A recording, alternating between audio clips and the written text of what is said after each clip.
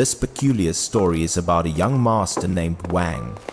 Thanks to the inheritance left by his ancestors, he was idle all day, doing nothing but carrying his birdcage for walks. One day, young Master Wang woke up early to go to the riverbank for a walk with his bird. He leisurely enjoyed the fresh air and the peace of the morning. He noticed a slender woman ahead. She was carrying a large bag and walking hurriedly, looking very burdened.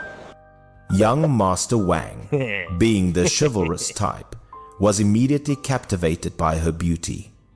Not wanting to miss such a good opportunity, he decided to strike up a conversation. He quickly walked a few steps to catch up. He wanted to take a closer look at the woman's face, his heart filled with curiosity and excitement. Seeing that the woman was stunningly beautiful, he initiated a conversation. He asked her where she was going in such a hurry and if she needed any help. To his surprise, the woman didn't want to pay him any mind. She only said that she was being chased by others and had nowhere to hide. Her situation was very pitiful. Hearing this, young Master Wang immediately snatched the bag from her hand. He offered an attractive proposition. He had a spare room in his house, and she could stay there without paying any fee. After that, he led the woman back home. He had no idea that he was bringing a terrifying demon with him, and a disaster was about to strike. He arranged for her to stay in an empty room. He said that no one usually came to this place, and she could stay there safely without worrying. After asking her, he learned that the woman had been sold to a wealthy man as a concubine. She was constantly beaten and scolded, and she couldn't take it anymore, so she ran away. Young Master Wang told her to stay assured.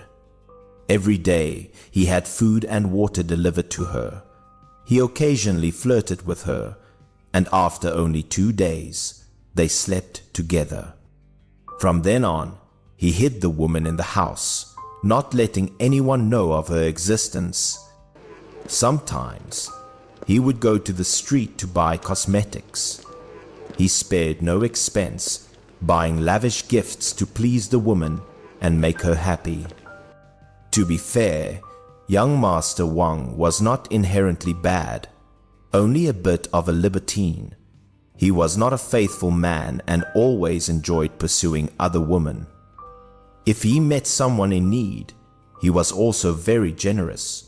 He would not hesitate to give them money to buy wine, showing the generosity of a rich young master. Normally, he rarely performed good deeds to accumulate virtue. His life revolved only around pleasure seeking, without any goals or ideals. One day, young Master Wang went to the street to buy some food, intending to bring it back to the woman. Halfway there, he encountered a Taoist priest. As he walked past, the Taoist priest waved his hand and called him back. The summons made young Master Wang feel a little strange and curious. The priest said that the space between his eyebrows was clouded, and he must have been entangled with an unclean spirit. If he didn't deal with it immediately, his life would be in danger. Hearing this, young Master Wang was furious. He argued with the priest for a few minutes, thinking that he was being rude and cursing him for no reason. After that, he angrily returned home. He didn't want to waste any more time with such a madman and just wanted to get away from him quickly. Returning home, he looked very gloomy. His wife saw that something was wrong and came to ask him about it, her heart filled with worry.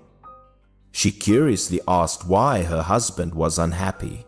She didn't understand why he was so angry and sad. Young Master Wang recounted the entire incident to his wife.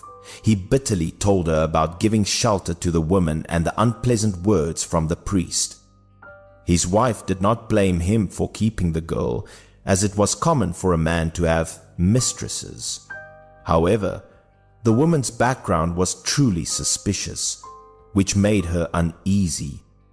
Hearing his wife's words, young Master Wang also began to feel suspicious.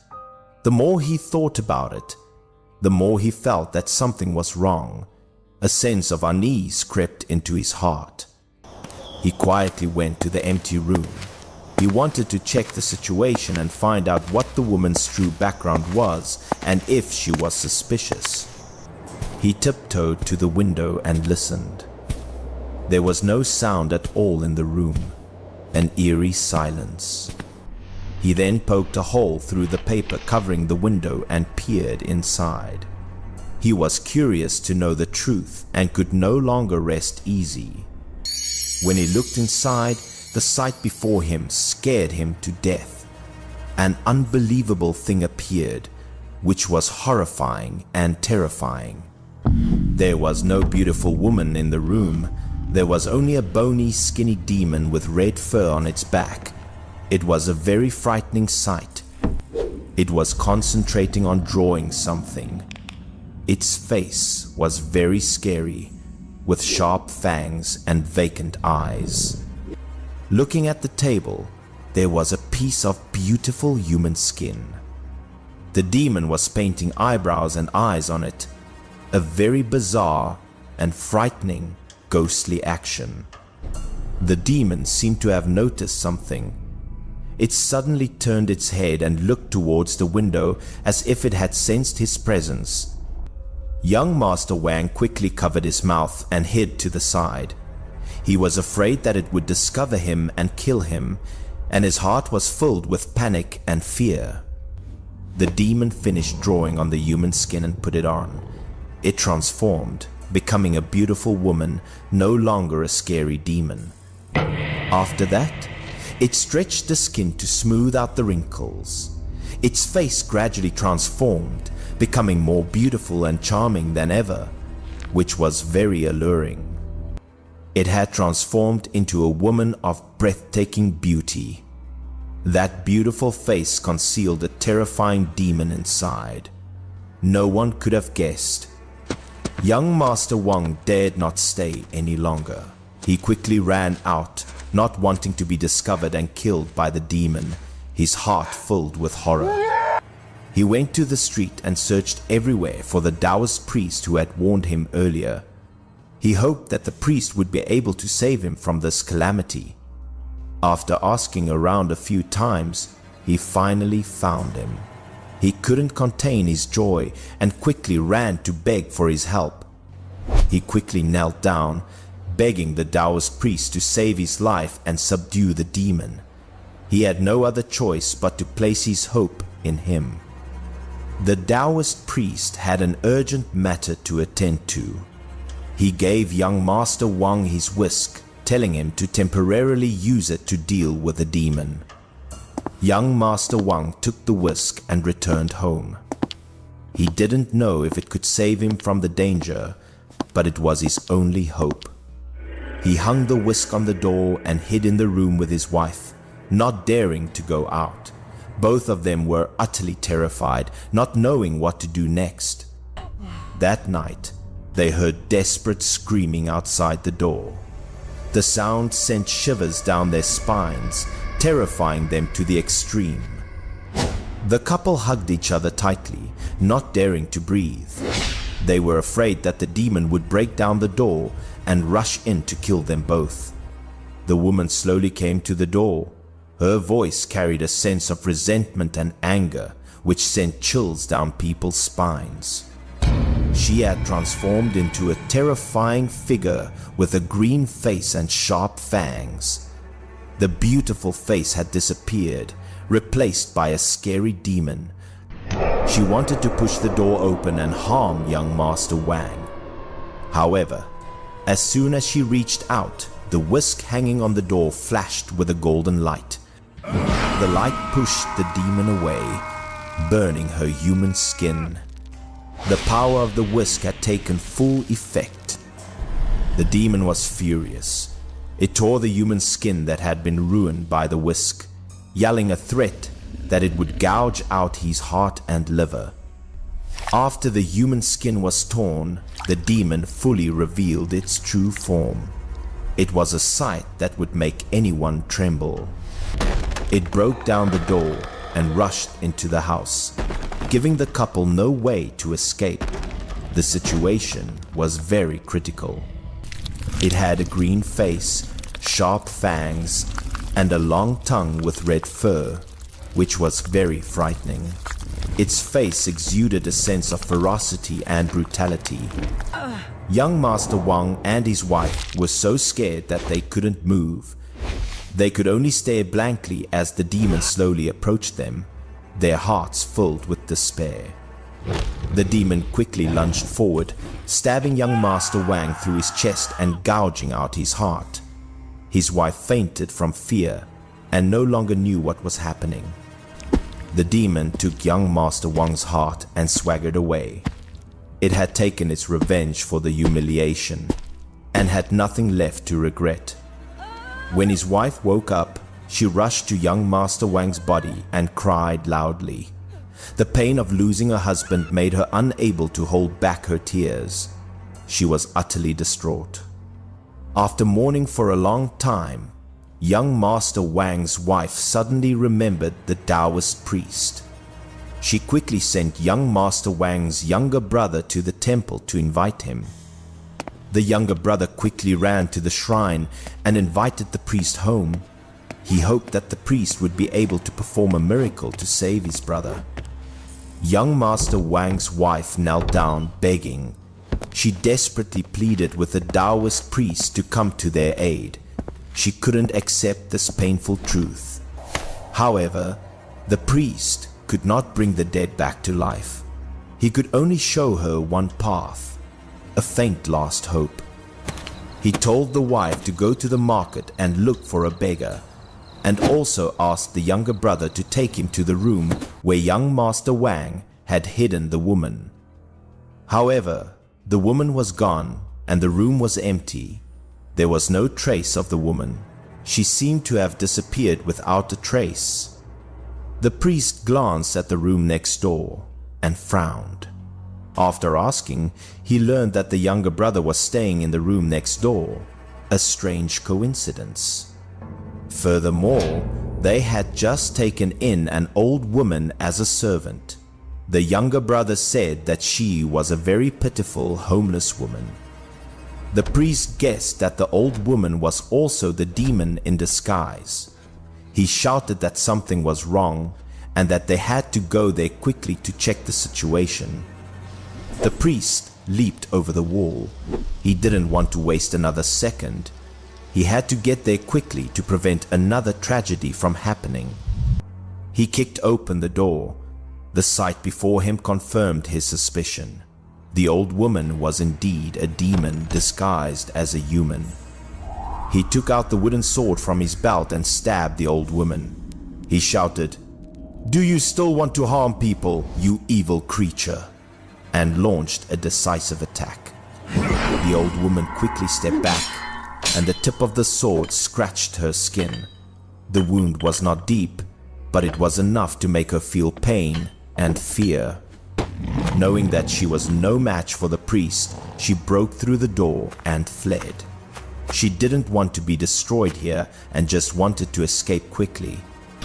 The priest would not let her go. He swung his sword and stabbed the old woman in the back. The demon seized the opportunity and crawled out of the skin, intending to escape. As it was frantically trying to escape, the priest, with his superb skill, did not let it get away. The priest swung his sword and chopped off its head, a fatal and decisive blow, giving it no chance to survive. The demon fell to the ground, whimpered a few times, and then turned into a wisp of black smoke.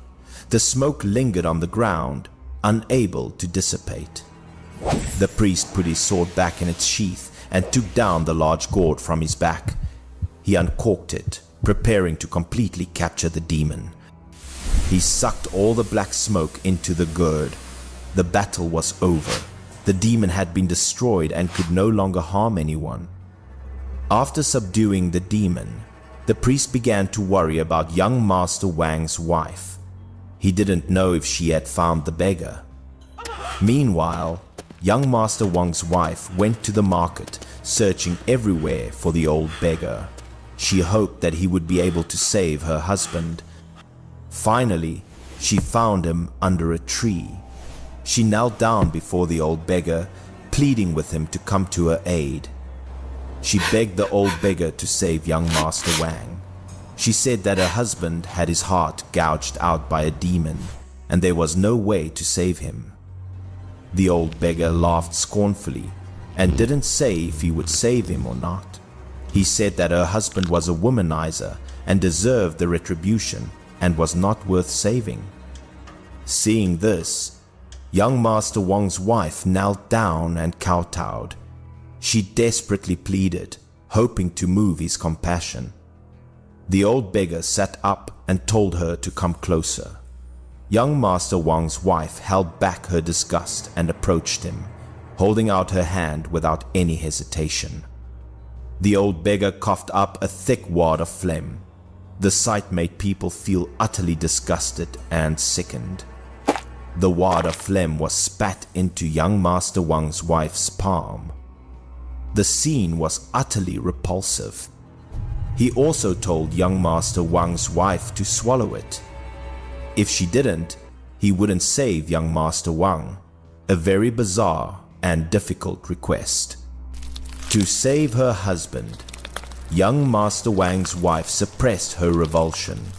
She swallowed the phlegm without a moment's hesitation or thought.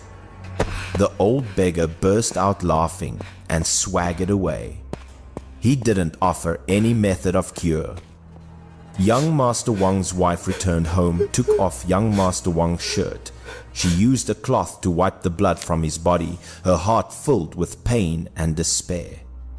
The extreme grief and the fact that she had swallowed the old beggar's phlegm made young Master Wang's wife feel a wave of nausea that she couldn't suppress.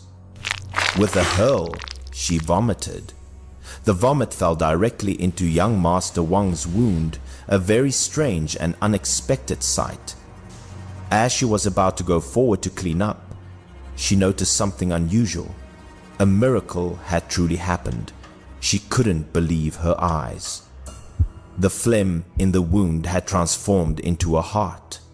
The heart was beating faintly, bringing life back to a dead man, which was truly miraculous. Young Master Wang had truly come back to life. There was a large bowl-sized scar on his chest, a testament to his miraculous revival. The whole family embraced each other joyfully. The priest quietly turned and left, not wanting to disturb their moment of reunion. From then on, young Master Wang became a changed man. He no longer spent his days idle and womanizing, but diligently read books and eventually passed the imperial examination.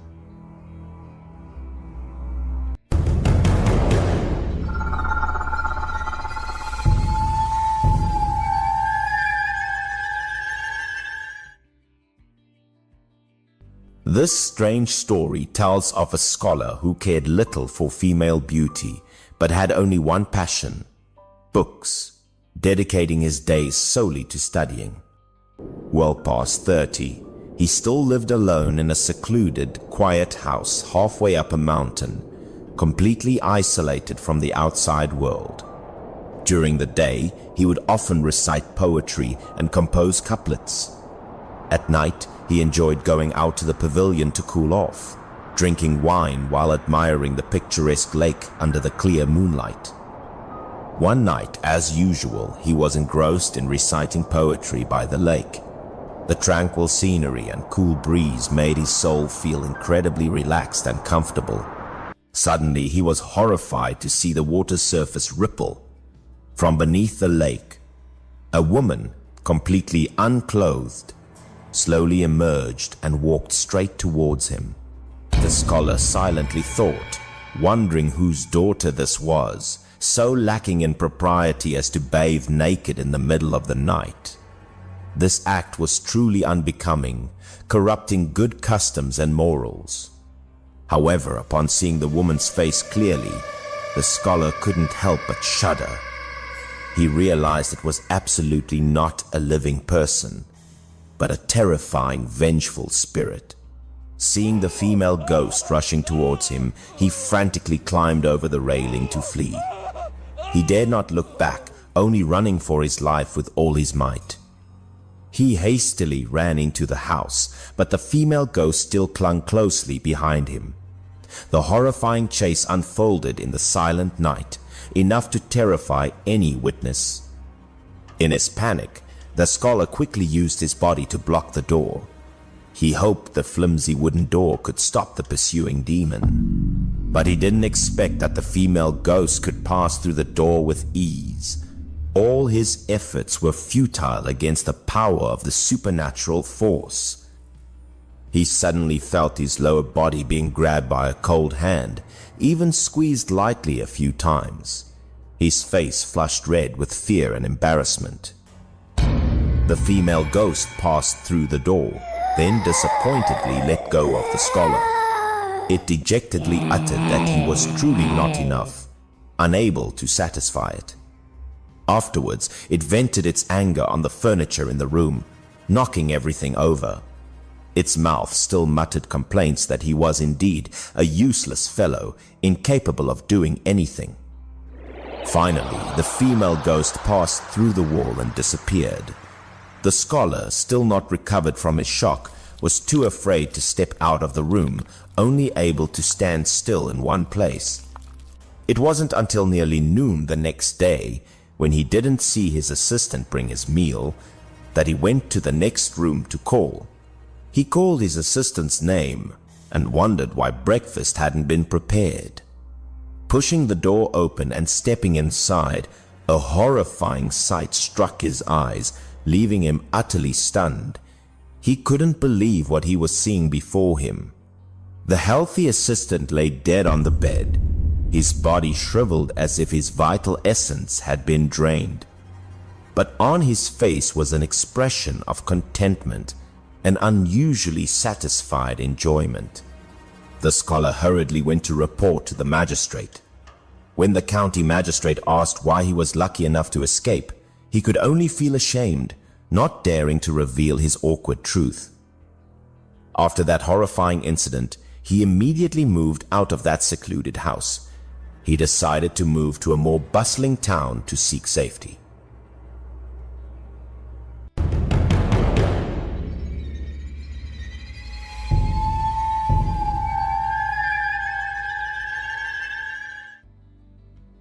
This strange story is about an unattractive man named Pew Pew.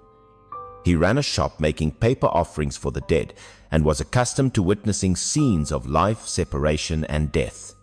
One day, he went out to watch a wedding procession and was teased by his neighbors.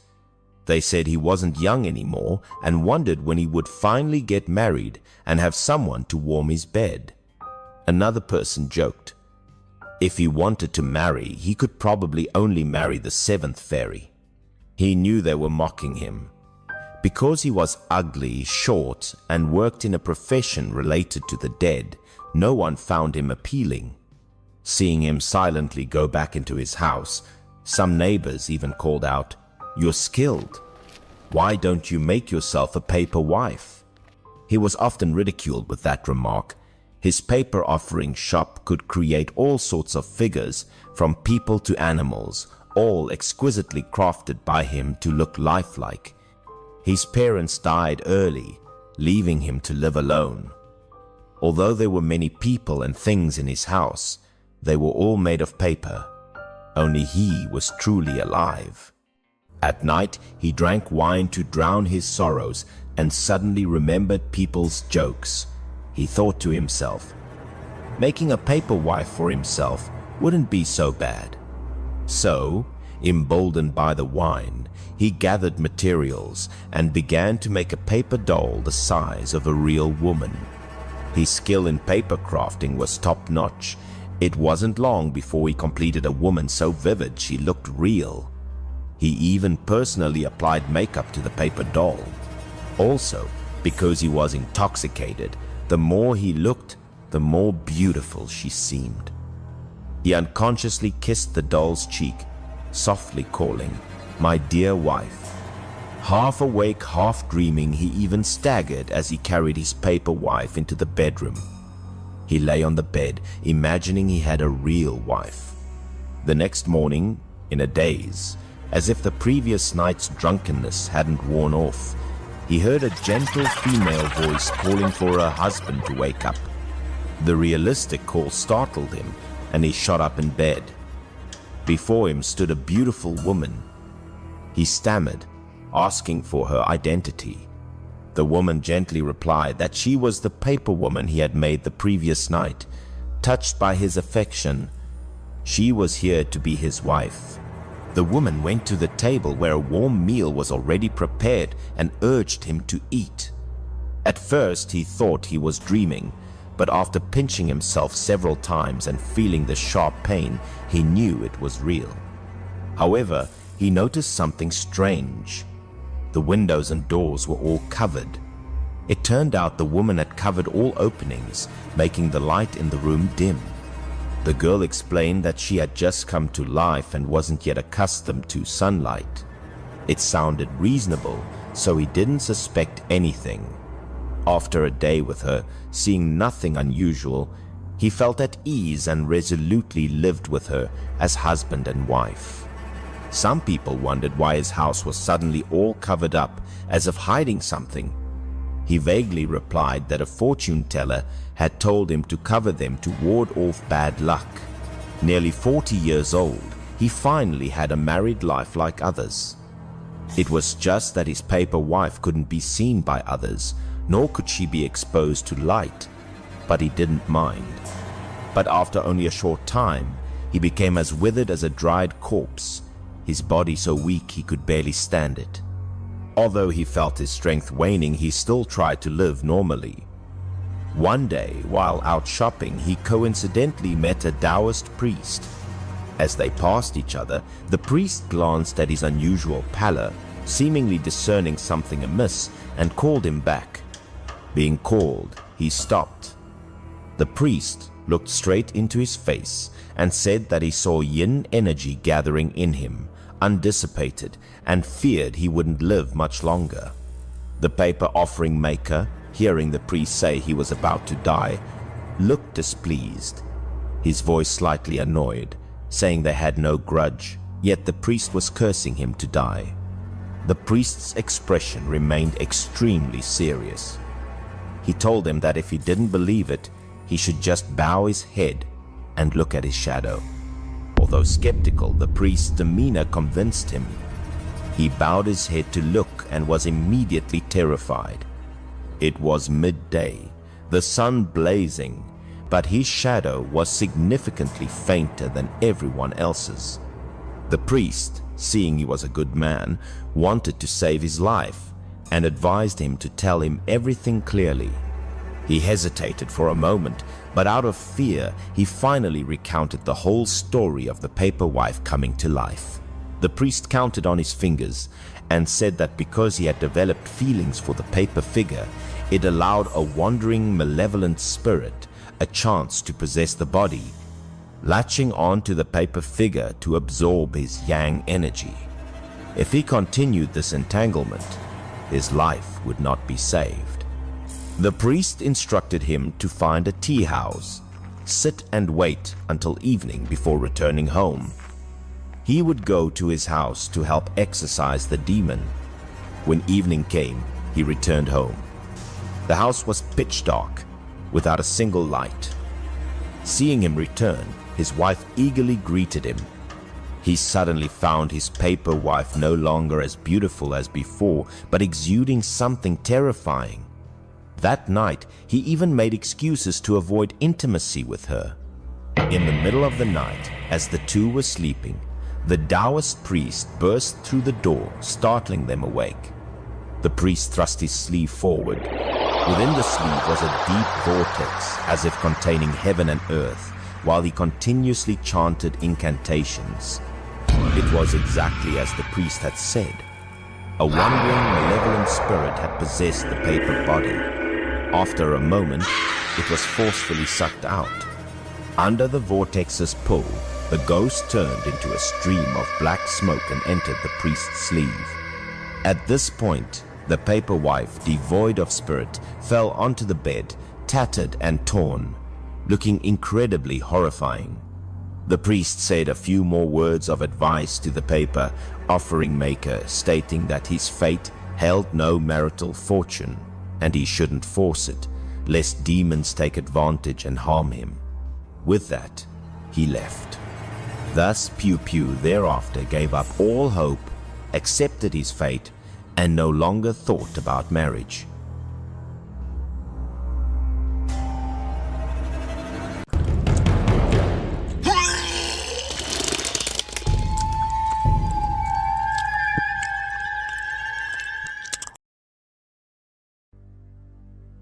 This strange story is about a scholar. Although he was well read, he did not believe in ghosts and spirits. One day, while attending a wine banquet, he was invited by his friends to go to a temple to offer thanks. Not only did he not believe, but he also spoke blasphemously, claiming that stories of ghosts and gods were merely fabrications to deceive the world. His friends around him all advised him to be careful with his words. They said he could choose not to believe, but he absolutely must not show disrespect to the deities. After the banquet, two friends invited each other to go up the mountain to offer incense and thanks. The scholar, having free time, went along, but he only considered it a pleasure trip. Upon arriving at the temple on the mountain, the scholar's two friends showed great reverence, preparing to go inside to perform the worship rituals. While his two friends were devoutly kneeling before the Buddha statue, only he stood with his arms crossed, watching casually, showing no respect. Not only that, but he also continuously made mocking remarks, saying that the statues could hardly protect themselves, so how could they protect others? It was truly a ridiculous matter. The reason he said this was because he saw a mouse running around on the statue of the deity without any personal force stopping it. After the worship, his two friends invited the scholar to stay for a vegetarian meal at the temple with the abbot to show their sincerity. On the way back, the scholar suddenly felt a severe stomach ache. His friends, seeing this, worriedly asked if something was wrong. He quickly dismounted his horse, told his friends he needed to relieve himself, and ran into a dense forest by the roadside to take care of his business. Seeing him enter a cemetery, his friends quickly tried to stop him, saying that relieving oneself in the resting place of the dead was a great disrespect. However, he completely ignored his friends' advice. He said he couldn't be bothered with such things in an urgent situation. Upon seeing an object on the ground, not only was he not afraid, but he burst out laughing, making a joke that there was even a ready-made container. The object he saw was the skull of some unknown person, with only bones remaining, lying forlorn amidst the weeds. Without a moment's hesitation, Li Sheng, assuming this is the scholar's surname, pulled down his trousers and began to do his business right in this desolate cemetery filled with deathly chi. He even considered himself witty when he made a joke to the skull that the smell was very fragrant and it must be delicious to eat. He committed the ultimate act of blasphemy by relieving himself directly into the mouth of the skull, showing no respect whatsoever. His two friends were extremely angry at his behavior, warning that he would anger the ghosts and gods. He just sneered and challenged them. True to the warning, that very night after the scholar returned home, misfortune began to befall him in a haunting manner. In the middle of the night, the scholar suddenly woke up from a severe knife-like stomachache. His wife, seeing this, worriedly asked about his condition. He clutched his stomach, said he urgently needed to use the toilet, and rushed into the next room to find the wooden chamber pot. However, He was gone for a very long time, over 2 hours, and still hadn't returned.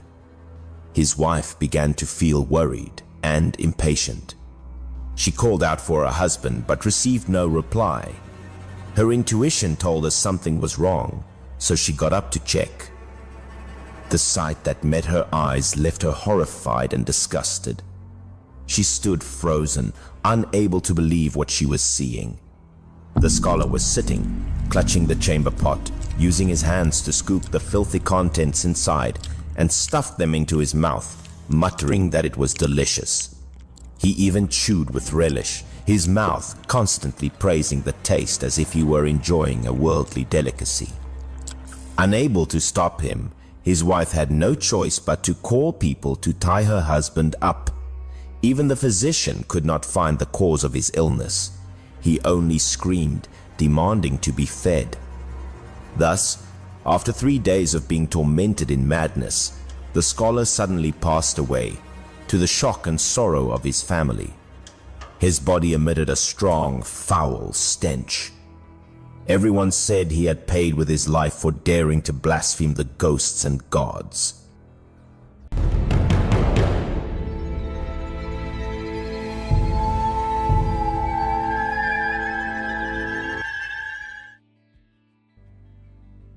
This strange tale recounts that in a certain town there lived a wealthy gentleman. He resided in a large house with a stone-paved courtyard and steps leading to the door, showcasing his wealth and status. One day, while strolling in the market, the wealthy gentleman unexpectedly saw his servant walking with an incredibly beautiful young woman. This sight piqued his curiosity. The wealthy gentleman called him over, asking why he wasn't working today.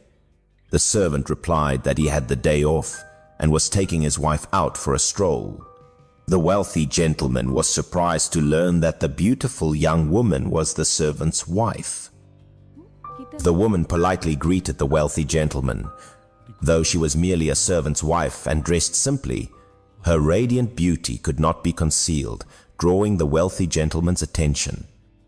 The wealthy gentleman's face flushed, and he quickly waved his hand, saying there was no need for such formality. His eyes never left the girl. Illicit thoughts and a desire for her beauty had already arisen in his heart. Even after the two had walked quite a distance away, the wealthy gentleman's gaze remained fixed on them. He was completely captivated by the girl's beauty, his heart filled with lust. The wealthy gentleman mused to himself, "What a pity for such a beautiful girl to marry a lowly man." Dark thoughts began to form in his mind. The wealthy gentleman immediately found an excuse to send his servant on a long business trip, instructing him not to rush. The servant obeyed his master, completely unaware that he was falling into a trap. Without delay, as soon as the servant left, the wealthy gentleman immediately went to his house. He knocked on the door and called for someone to open it. The wealthy gentleman entered the house, smiling as he said that her husband would be away for several days and he had come to keep her company. The wife, it turned out, was not a virtuous woman either, and immediately recognized his intentions. Before long, the wife and the wealthy gentleman secretly began an illicit affair. They indulged in their unlawful relationship without any reservations or fear. The wealthy gentleman stayed at the servant's house for several days straight. Unexpectedly, the diligent servant finished his work early and returned, catching the adulterous couple in the act. In a panic, the wealthy gentleman quickly picked up a stick and brutally beat his servant to death to silence him. The wealthy gentleman then bribed the local officials with money and simultaneously forced the wife to testify that her husband had died in an accident, a fall. Thus, the case was covered up. After the servant's death, the wealthy gentleman, without any hesitation, brazenly married the woman as his concubine. They lived together as if nothing had happened, enjoying their new life. More than 10 years passed in this manner. One night, a band of robbers suddenly broke into the wealthy gentleman's house. Both the husband and wife were startled awake from their sleep. The robbers were ruthless killers. One of them stormed straight into the wealthy gentleman's room, carrying a sharp knife, ready to commit his crime. What was horrifying was that this robber had a face identical to the servant. The wealthy gentleman had killed more than 10 years ago, with the only difference being an additional birthmark on his forehead. The wealthy gentleman and his wife were utterly terrified. He realized this was the servant returned to seek revenge, transformed into a robber. That night, the robber massacred all 13 people in the wealthy gentleman's family. Folk rumors claimed that the robber was indeed the servant reincarnated, returned to demand justice and exact his revenge. The second story is about an official in the capital. One day he and his attendants rode horses through the bustling streets of the city, flaunting his authority. Suddenly, the official saw a crowd gathered, encircling something. This scene was incredibly lively and caught his attention. The official immediately ordered his attendant to go into the crowd to see what was happening. The soldier quickly obeyed. He pushed his way through the crowd, moving to the front. When he saw the scene unfolding, he was greatly astonished and exclaimed that it was truly bizarre. He saw an entertainer using a whip to control two tall, pitch-black men performing, calling them black devils. This sight was truly peculiar. Not only did these two men have skin as black as coal, but even their teeth were entirely black. This was an extremely rare and strange sight. Under the compulsion of the whip, one of the black devils was forced to climb the sword mountain, a ladder made of sharp blades, performing a dangerous feat. What was astonishing was that these two men climbed the sharp blades with bare hands and bare feet without suffering even a single injury. Their endurance was truly remarkable. The attendant returned to report what he had just seen to the official, that two black devils were performing very strange acrobatics, which greatly intrigued the official. Also finding the matter extremely strange, the official immediately took action, forcibly purchasing these two black devils from the entertainer. He wanted to own them at all costs. The official brought the two black devils home, intending to train them in martial arts for the battlefield. But unexpectedly, they were incredibly dull-witted and completely unable to learn anything. Although they couldn't learn martial arts, the appetites of the two black devils were astonishing. They could consume an enormous amount of food every day. After some time, the official felt no longer interested in the two black devils. From then on, an incredibly preposterous and depraved idea arose in his mind as he stared at two young servant girls. The official heartlessly locked his two servant girls in the room with the two black devils, forcing them to mate with them. The two servant girls pleaded desperately, but to no avail. Not long after, both servant girls became pregnant with the black devil's children. The official was curious to see what the offspring of black devils and ordinary humans would look like, so he kept them to give birth. The two servant girls gave birth to two children who did not have black skin but looked like ordinary humans. However, both children were short-lived, surviving only until the age of 3 before dying. The official coldly ordered his servants to wrap the bodies of the two children in straw mats and throw them into the mass grave without any pity. After the children's bodies decomposed, a horrifying discovery was made. Their bones were completely black, like coal. This indicated their unusual origin. A year later, the two black devils found an opportunity to escape. They rebelled, brutally attacked the guards, and fled. The The two black devils killed the guards and disappeared without a trace. No one ever saw them again. Their fate remained a mystery forever.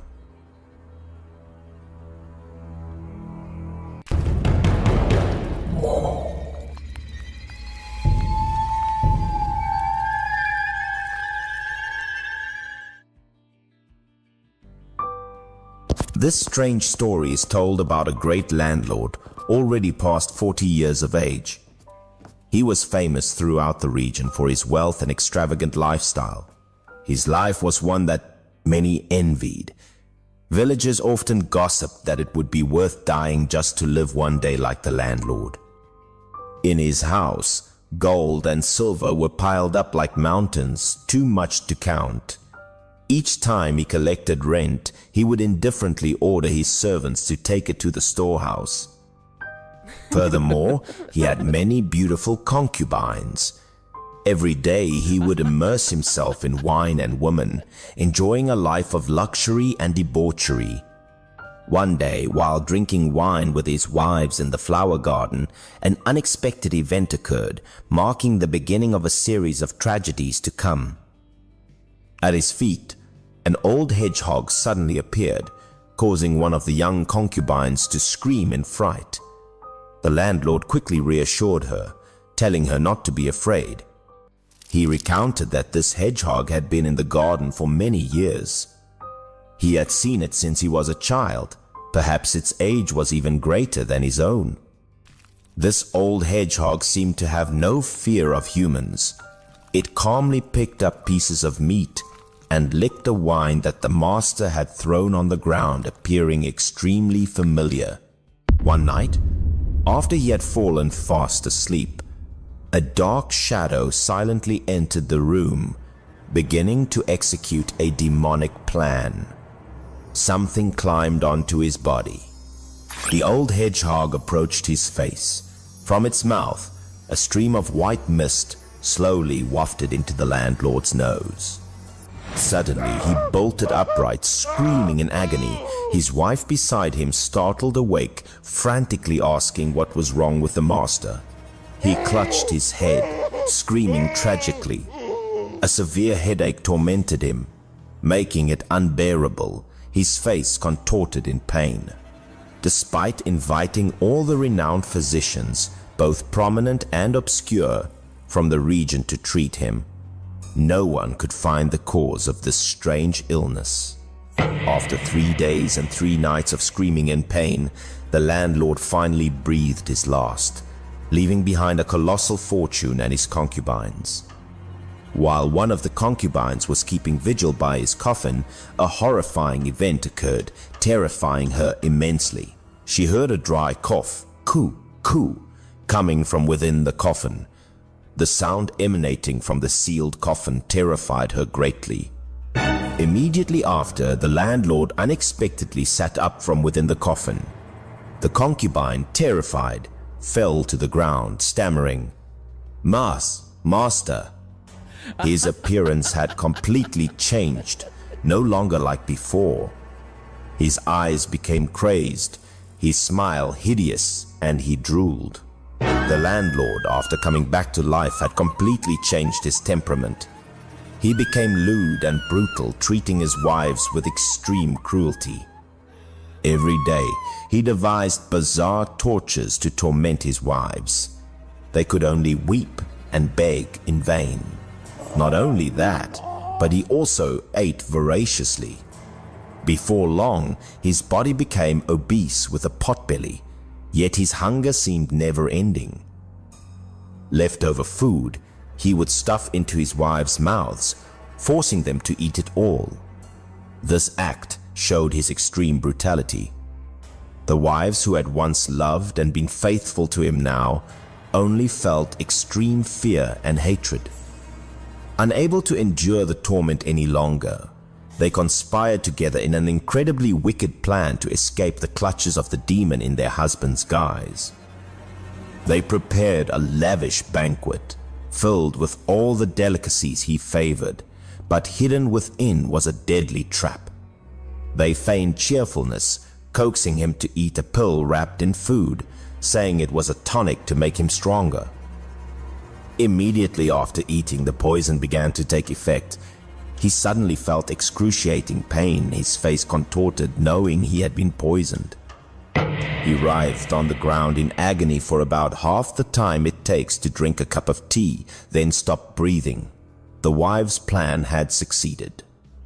But when they approached, a strange sight occurred.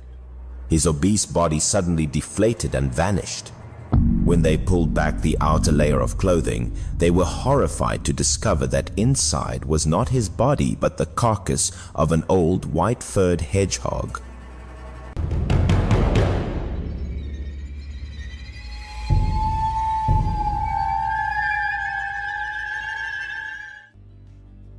This bizarre tale tells of a high-ranking official who accidentally wandered into the underworld and became a ghost official. The story happened long, long ago.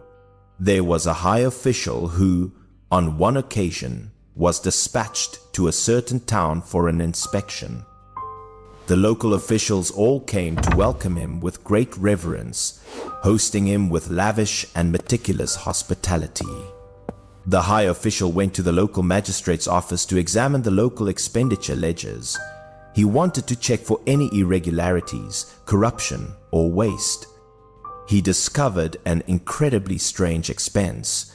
It listed the cost of manufacturing various instruments of torture, but how could a magistrate's office possibly use so many such instruments year-round? The local magistrate hastily explained to the high official. He said that because the high official was from elsewhere, he was unaware of a long-standing local custom. He explained that an ancient rule here dictated that on a specific day each year, all manner of torture instruments must be crafted. This was for a very special ritual. The people would carry these instruments up to a mountain outside the city. The instruments were varied, including hammers, saws, blades, pliers, and more. On the mountain, there was a small, bottomless cave. Legend held that it led directly to the underworld, and that the torture instruments the underworld used each year were supplied by the magistrate's office. Upon hearing this, the high official concluded it was a form of superstition meant to delude the populace. He suspected they had created these fraudulent expense reports for embezzlement, an unforgivable crime. To verify whether the magistrate was corrupt, the high official decided he would enter the cave himself to investigate and uncover the truth behind this strange story. He brought 2 attendants to the deep cave on the mountain. Ignoring the local magistrate's pleas, he was insistent on entering. The attendants held torches high, one in front and one behind, escorting the high official forward. They dared not be careless, as they had to ensure his safety on this trip. They walked for several miles without seeing an end. Gusts of an infernal wind blew the torches, causing them to flicker erratically, creating a terrifying and chilling sensation. The high official was not content to give up. He ordered his attendants to support him as they continued to press forward, determined to find the truth. They proceeded several more miles into the cave. The path seemed endless, causing them to feel a bit lost and afraid. Then, from a distance, the high official suddenly perceived the light of a fire. A glimmer of hope sparked, and they couldn't help but feel a little joy. At the top of more than 100 steps, a great hall appeared before them. The sight was magnificent and majestic. They could not believe their eyes. The high official carefully ascended the steps, one by one. He did not dare to be careless, observing his surroundings, wary of any potential danger. Despite this, his heart pounded. They all wondered, could it be that they had truly arrived at the underworld?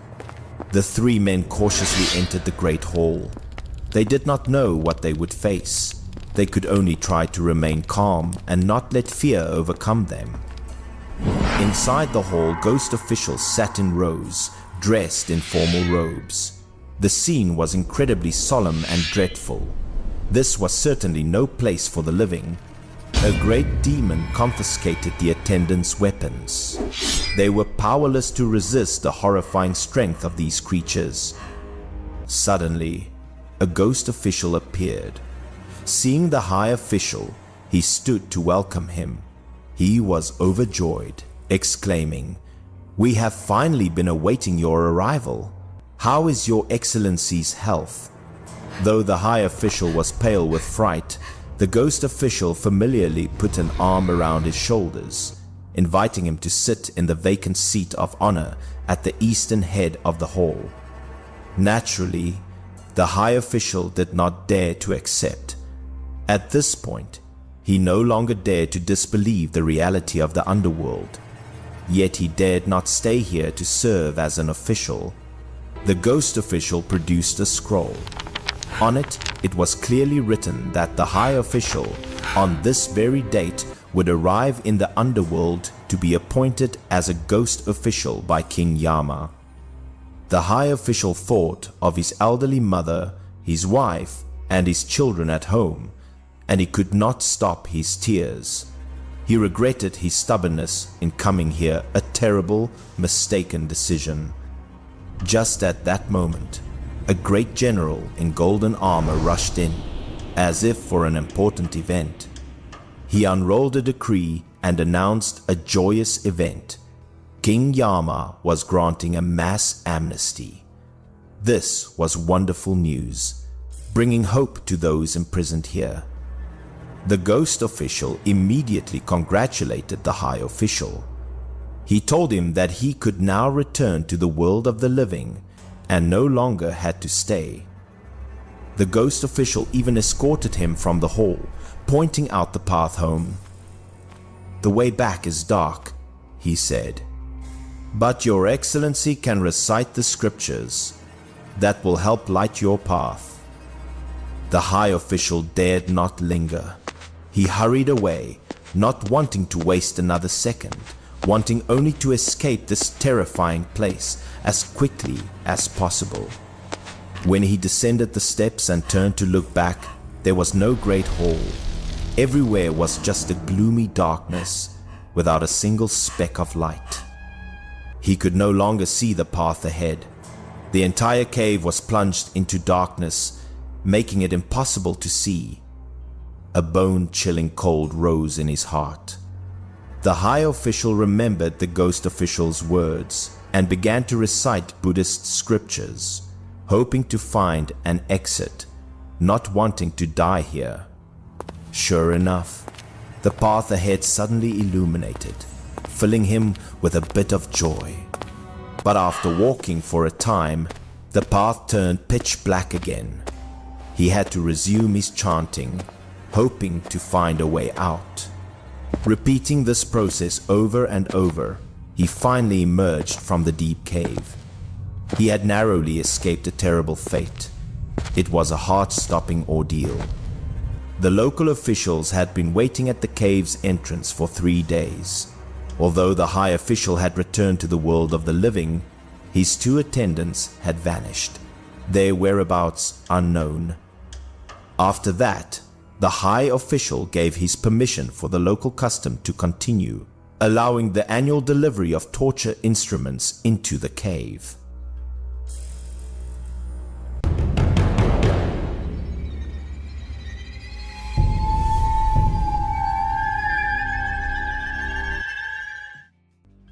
This horror story tells of a friendship that transcends the boundaries of yin and yang between a fisherman and a water ghost. Han made his living by fishing, a life full of hardship and struggle. Unlike other fishermen, Han often went out in his boat to cast his nets at night.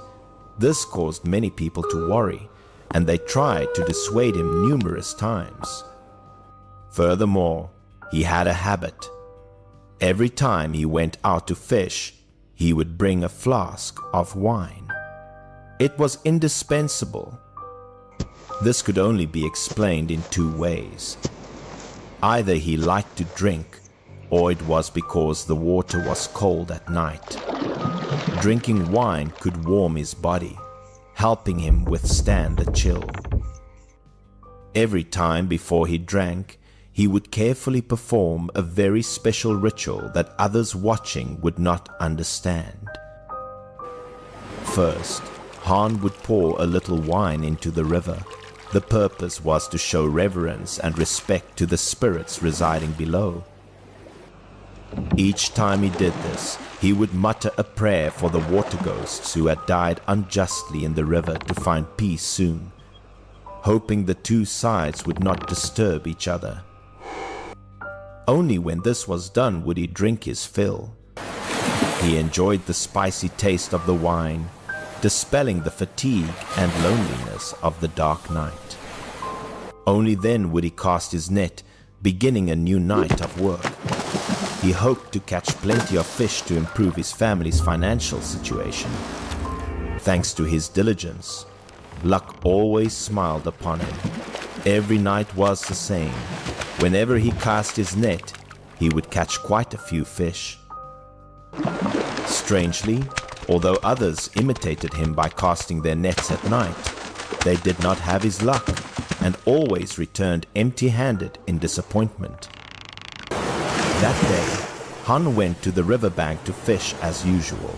A strong wind rose, whipping up great waves, making it impossible to take the boat out. Seeing the danger, he decided to sit by the riverbank and drink alone.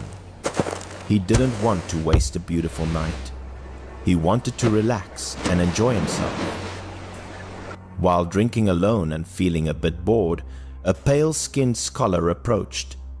He was very polite and asked Han for a sip of wine. Han invited him to sit.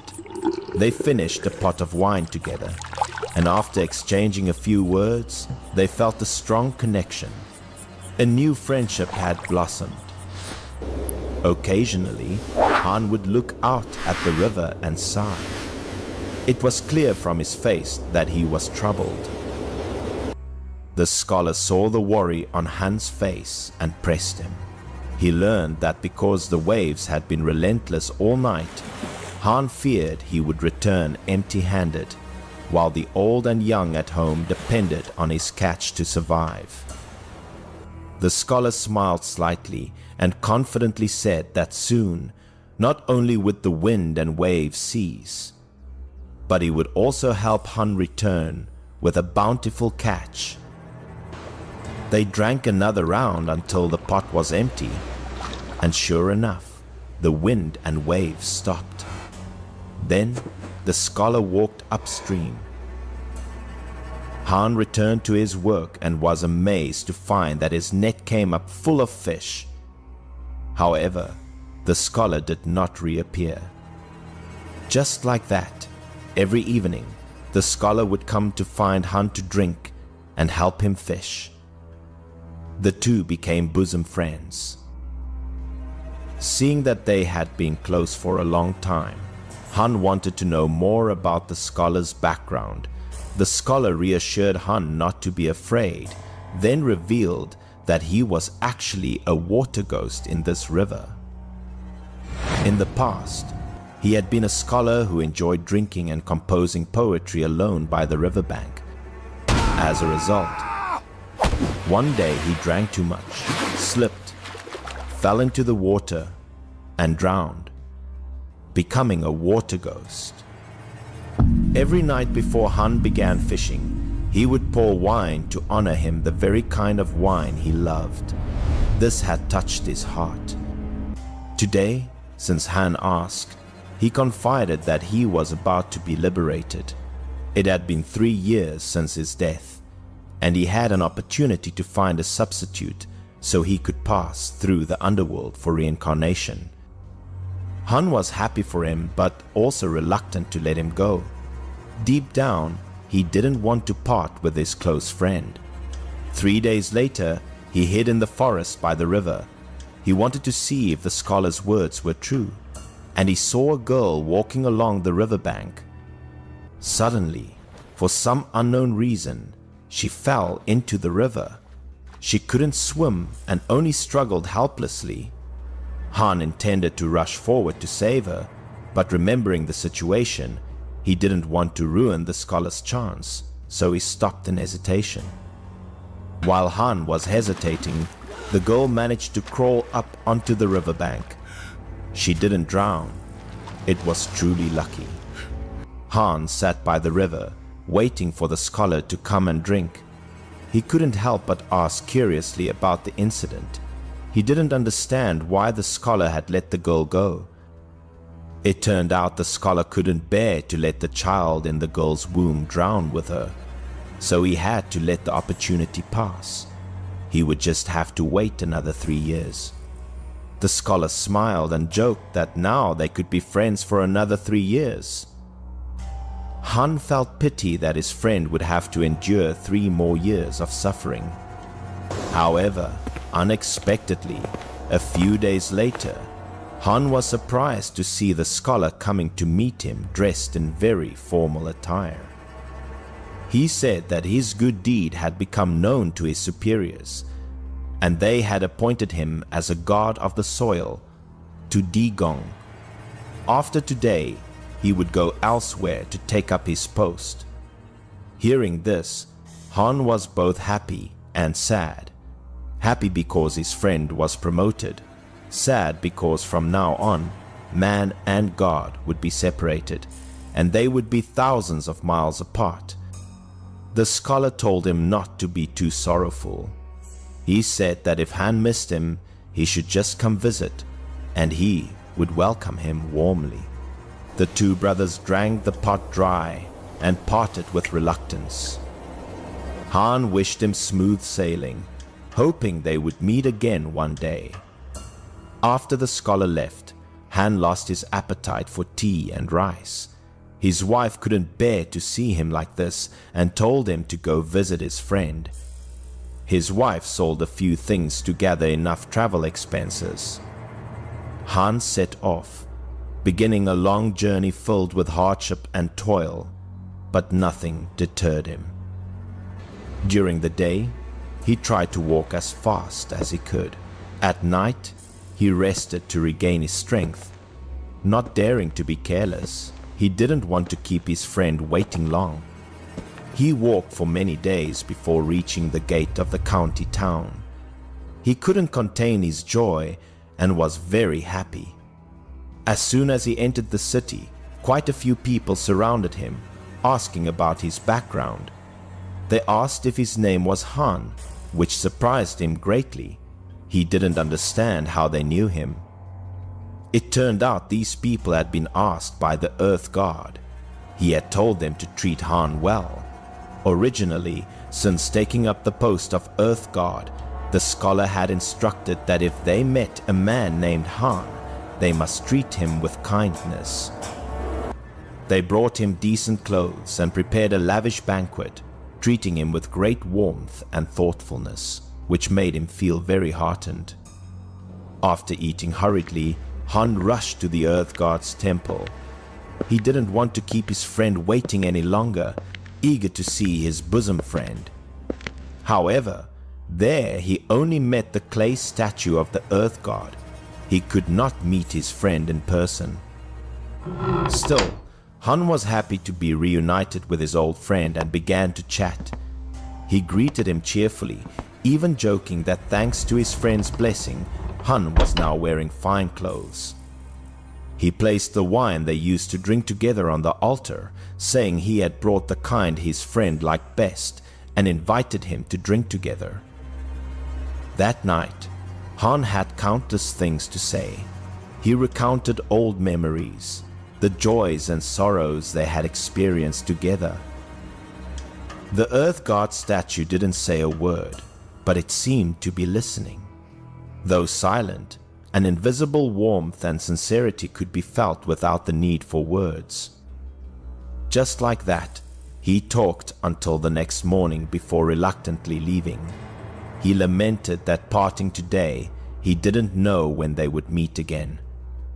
His wish fulfilled, he still had to return home to support his family. He couldn't stay there forever.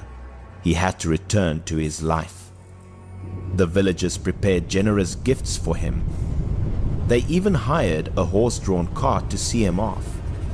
On the way, a whirlwind followed the cart. Han knew it must be his water ghost friend in disguise. He escorted him for dozens of miles before finally parting ways. After that day, Han no longer fished. Instead, he began trading goods between the two counties, which made it convenient to visit his friend. His family grew wealthier day by day, a friendship between a human and a ghost truly precious.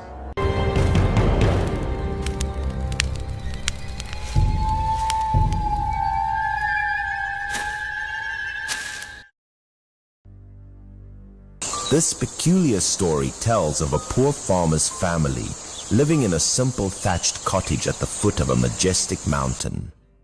Their life, though difficult, was incredibly peaceful. A mother and son relied on each other. The old mother was seriously ill, bedridden all year round, so her son was always by her side, taking devoted care of her. One day, his mother's condition suddenly worsened. She coughed up blood, which terrified the son, making him extremely worried for his mother's life. He remembered the rumors of a 1,000-year-old ginseng that could cure all diseases. He decided to go up the mountain to find the medicine, even though his mother pleaded with him not to, as it was too dangerous. Ignoring his mother's advice, the next morning, the son packed his bags and with unwavering determination, set off alone into the deep mountains. As he was just an ordinary farmer, he didn't know how to professionally search for ginseng. He could only grope his way through the dense forest. Relying only on his perseverance and filial piety, he crossed mountains and waded through streams, enduring hardships as he ventured deeper into the wild, treacherous mountains. He had been walking continuously for 2 days in the forest, enduring rain and cold, but had not found any trace of the precious ginseng. The arduous journey left him exhausted and injured. His feet were swollen, and he had to tear strips of cloth to bandage his bleeding wounds. Despite the pain and fatigue, in order to cure his old mother, he gritted his teeth and continued to trudge deeper into the mountains. Until one day, in despair, he suddenly heard a melodious bird call echoing from a distance, rekindling a spark of hope in his heart. It was the sound of a bird, a type of guide bird. According to the ancients, where this bird was, there would surely be ginseng. Seeing this ray of hope, he no longer cared about the danger. He began to climb the precarious cliffs where the bird was perched, using only his bare hands. The cliff was extremely treacherous, hundreds of meters high. A single misstep could send him plummeting into the abyss, his body crushed. He was exhausted after climbing less than halfway. He could no longer hold on, and his hand slipped from the rock. Losing his grip, he tumbled and fell straight down from the high cliff. He closed his eyes, awaiting the inevitable death that was approaching. He thought he would be crushed to death, but strangely, he did not die. He only felt a cold drop of water fall on his face. He woke up in an unfamiliar cave. Before him, a boy was sitting with his back to him, in a quiet space. The boy in the cave wore a very strange red and green outfit. Seeing him awake, the boy turned around and smiled in greeting. He asked in a daze where he was, and if the boy had saved him. The boy replied that this was his home and introduced himself as Ginseng Wa. Hearing the boy say he was a ginseng spirit, his eyes suddenly lit up. His face clearly showed greed and immense joy. The ginseng spirit saw this and became a little frightened, thinking that he was just like the others who came here to capture and sell him for money. He quickly knelt down, begging the ginseng spirit to save his mother. He said that his old mother was dying, and he only hoped to get a few ginseng roots to extend her life. Seeing his filial piety, the ginseng spirit was moved and agreed. The boy said he would give him a few ginseng roots, enough to save his mother's life. But upon seeing the ginseng spirit before him, his greed flared up. He thought that if he could capture it, his mother would not only be cured, but would also live a life of luxury. With this thought, he no longer hesitated. He quietly took out a large sack, preparing to harm the benefactor who had just saved his life. He lunged forward, surprising the ginseng spirit, and covered him with the sack. The boy didn't have time to react and could only struggle in vain. After the ginseng spirit stopped struggling, he opened the sack to look. Inside was no longer a boy, but something else. At the bottom of the sack was a whole human-shaped ginseng root, glowing with a gentle golden light. This was the treasure he had always dreamed of. He quickly hid the ginseng root under his jacket, holding it tightly, and ran down the mountain as fast as he could, his heart filled with joy and hope. As he neared the foot of the mountain, he was horrified to encounter 3 men walking toward him. His intuition told him something bad was about to happen. They were 3 fierce mountain bandits. They blocked his path, their faces full of murderous intent and greed, their hands clutching sharp weapons. Seeing him clutch the bag of goods to his chest, they said nothing and lunged to rob him. The weak son was no match for them. He not only failed to retrieve the ginseng, but was also beaten by the bandits, suffering a broken leg and collapsing to the ground in pain. He had to lean on a stick, limping with great difficulty to return home. His heart was filled with regret and despair for having lost everything. Fortunately, he had carefully hidden a few ginseng roots in his hat. He tremblingly gave them to his mother, his last hope. These few ginseng roots, though small, were enough to save his mother's life. This was the reward for his filial piety, and also the kindness of the ginseng spirit. The son took the ginseng roots, brewed them into a medicine, and carefully fed it to his mother spoonful by spoonful, his heart full of hope and worry. The medicine indeed had a miraculous effect. The mother, who had been bedridden for many years, was suddenly able to get out of bed and walk around, her health recovering quickly. Although his mother was cured, from then on the son became disabled. Greed had made him pay a very heavy price.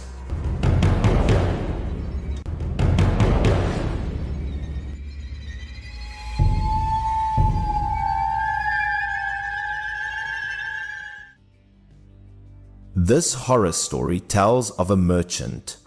He often sailed alone on the sea to trade, making a living from adventurous and dangerous journeys. On one occasion, while adrift at sea, his ship unfortunately encountered a great storm. The waves were fierce and dangerous. The merchant could not resist the power of nature. He had to use a rope to tie himself tightly inside the ship's cabin and leave his fate to chance. The storm lasted for a full day and night without stopping. He could only sit there, enduring the violent shaking of the ship, unable to do anything. When he woke up, the storm was over. The sea was calm again, no longer having the fierce, violent waves as before. It was a lucky escape. He untied himself and got out of the cabin. He wanted to check the situation outside, not knowing where he had drifted to. His heart was full of worry. However, as soon as he stepped outside, the sight before him stunned him. An unbelievable thing had appeared. It was very strange. His small ship had been blown by the storm to a strange place. All around were high mountains and dense forests with no sign of human presence.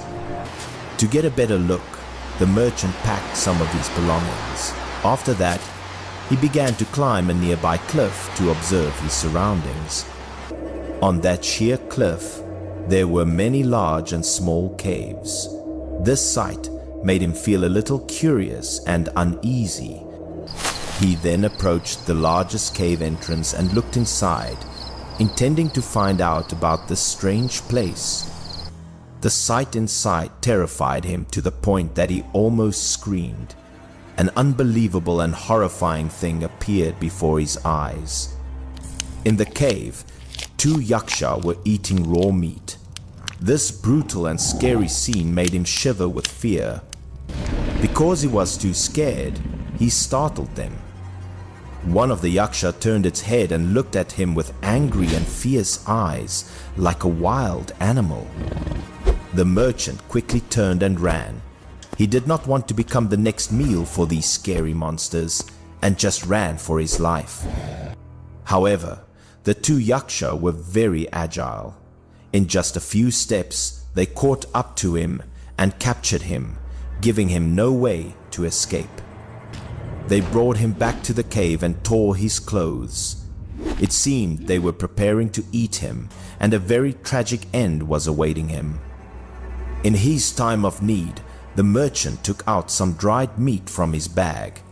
He held it out in front of them, hoping that they would spare him. The 2 yaksha smelled it. The fragrant smell of the dried meat attracted their attention, making them temporarily forget their intention of eating the human.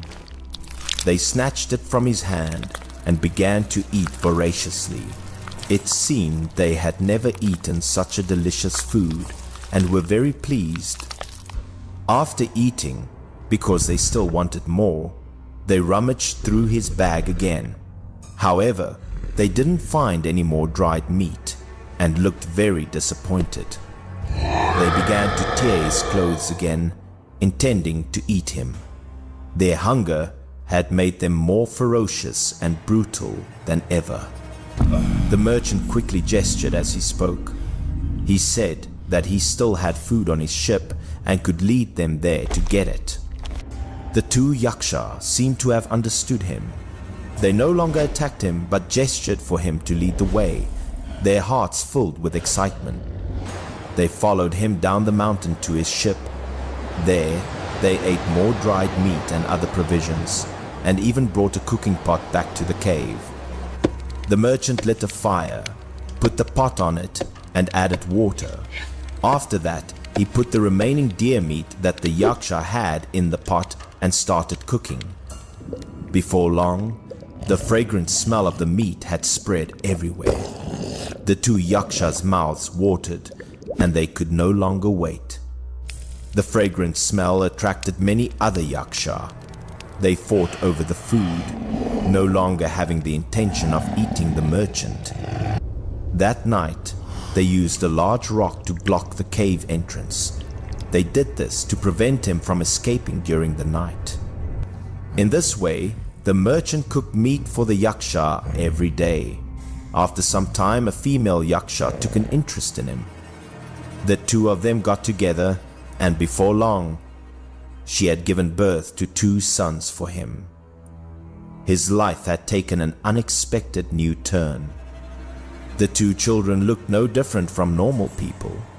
The merchant felt there was no more hope of leaving, so he resigned himself to stay.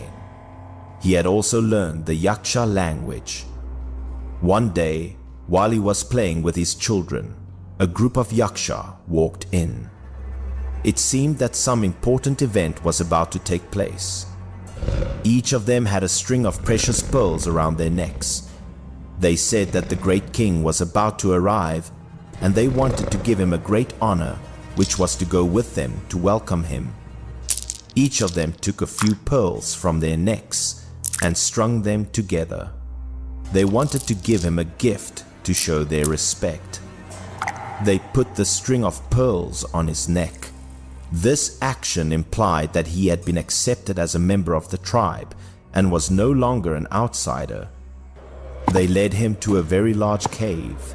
Many yaksha had gathered there, and the atmosphere was very solemn and grand. After a while, a strong whirlwind suddenly rose at the cave entrance. The wind blew hard, and sand and rocks flew everywhere, signaling the arrival of an important person. A giant Yaksha Great King walked in. All the Yaksha present knelt down to greet him, showing their absolute respect. The Yaksha Great King sat on a stone chair. His eyes swept across the crowd and stopped at the merchant, and he looked very dignified. The female Yaksha offered the cooked meat. She also explained the merchant's background to the Great King without hiding anything. After the Great King had eaten, he looked very satisfied. The delicious food made him feel very happy and cheerful. He gave the merchant a lot of jewels. It was a reward for his cooking skills, a very precious recognition. After a while, the whirlwind rose again and then dissipated. In this way, the merchant stayed in the Yaksha kingdom and began a new life. A few years later, one day, a southern wind suddenly rose. This wind brought him an opportunity to return to his hometown after so many years of being away. He took one of his sons to the beach. He saw that his old ship was still docked there, and it was not damaged at all. He took his son onto the ship and sailed with the wind. He decided that he would return to his hometown, ending his years of living in a foreign land. After a few days of being adrift at sea, they finally made it to shore. When he got back to his hometown, he learned that his wife had remarried a long time ago. He sold a few of the pearls he had and exchanged them for a lot of money. The money was enough for the two of them to live a prosperous life. The father and son began to live a normal life. They no longer had to worry about food and clothing, and their life was very peaceful. His son, when he grew up to be a teenager, had mastered martial arts. He was also born with great strength, and he was a very talented person. At the age of 18, he was made a deputy general and could command soldiers in battle. His talent was recognized and respected by everyone. He had achieved countless glorious victories on the battlefield. His name was famous everywhere, and he became a source of pride for the entire family. At the age of 18, a merchant came to see him. He said that he had encountered a storm and had drifted to the Yaksha kingdom and had met his mother and brother. He then ordered a large ship to be built and set sail to find the Yaksha kingdom. He wanted to bring his mother and brother back home, to be reunited with his family after so many years of being apart. After many days of being adrift at sea and going through storms, the search was very arduous, but he did not give up. He finally brought his mother and brother back home. The family was finally reunited, a happy and very fulfilling ending. The female Yaksha, although dressed in women's clothing, still looked like a monster. She did not like to sew, but instead often went to battle with her son, and she was unmatched in her bravery. The court also gave her the title of Lady. It was a great honor, recognizing her contributions to the country, which was very valuable. In the end, the merchant did not marry another wife. The two of them lived together, loving and respecting each other until their death, and their story was passed down forever.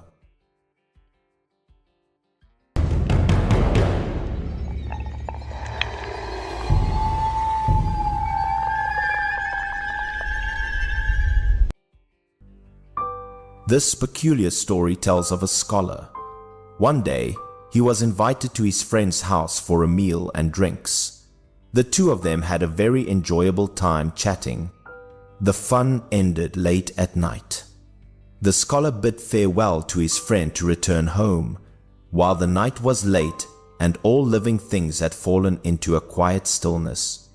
Seeing that the scholar was already a bit tipsy, his friend was worried and offered him a place to stay for the night. However, The scholar politely declined his friend's kind gesture, worried that his wife at home would be anxious. The scholar was determined to go home. Although his steps were wobbly, he still managed to climb onto his horse to ride home. In his drunken state, the scholar simply let the horse guide him home. The alcohol made his mind hazy, and he could no longer tell directions. As the alcohol took a stronger hold, the scholar could no longer endure it. He slumped over the horse's back, falling into a deep sleep, completely unaware of what was about to happen. A chilling wind woke the scholar with a start. He looked around in a daze, shocked to find himself in the middle of a dense, unfamiliar forest. Startled, the scholar quickly pulled the reins, signaling the horse to stop. He tried to compose himself and assess the situation in the quiet night. The scholar looked everywhere but only saw tall trees and darkness all around him. He was completely disoriented, not knowing where he had gotten lost. Realizing that riding a horse in this dense forest was very inconvenient and dangerous, the scholar decided to get off his horse and walk it to find a way out. He walked cautiously, his eyes scanning for a trail or any sign of human presence, hoping to escape the eerie forest. After a short distance, the horse suddenly became extremely frightened. It let out a piercing neigh and reared up as if it had seen something very terrifying. Before its master could react, the horse turned around and galloped away into the darkness, disappearing without a trace in an instant, leaving the scholar confused. Now, the scholar was all alone in the dark, cold forest. Fear and despair began to consume his mind. Just when he was most afraid, the scholar suddenly heard the sound of people laughing and clinking glasses echoing from a distance. This sound sparked a glimmer of hope in his heart. Overjoyed, he followed the sound and found a clearing. There, he saw 3 men sitting around a stone table, happily drinking wine. The scholar quickly walked over and politely bowed. He asked them for help, hoping that they could show him the way out of the forest. Hearing someone, all 3 men turned to look. At first, they seemed surprised and stunned to see a stranger's sudden appearance. After a moment of surprise, they immediately became very friendly. They enthusiastically invited the scholar to sit down and join them, saying it had been a long time since they had a guest. Faced with a hard-to-refuse hospitality, the scholar had no choice but to sit at the table.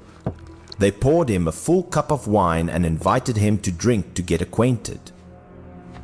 Without any suspicion, the scholar raised the cup to his lips and drained it in one gulp. The strong, warm wine spread through his body, chasing away some of the cold of the late night. Seeing him drink so freely, one person praised his drinking capacity. The person quickly filled his cup and continued to invite the scholar to drink more. And so, one cup of wine followed another. The men continuously plied him with wine, and the scholar, in his drunken state, happily drank every cup without refusing. When the alcohol had taken effect, the scholar, in high spirits, wanted to show off his talent.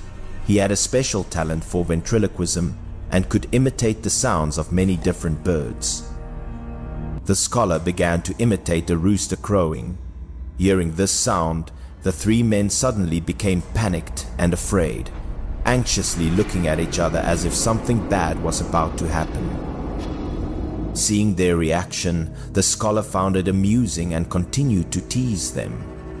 He switched to imitating the sounds of other birds, and their chirping echoed throughout the forest.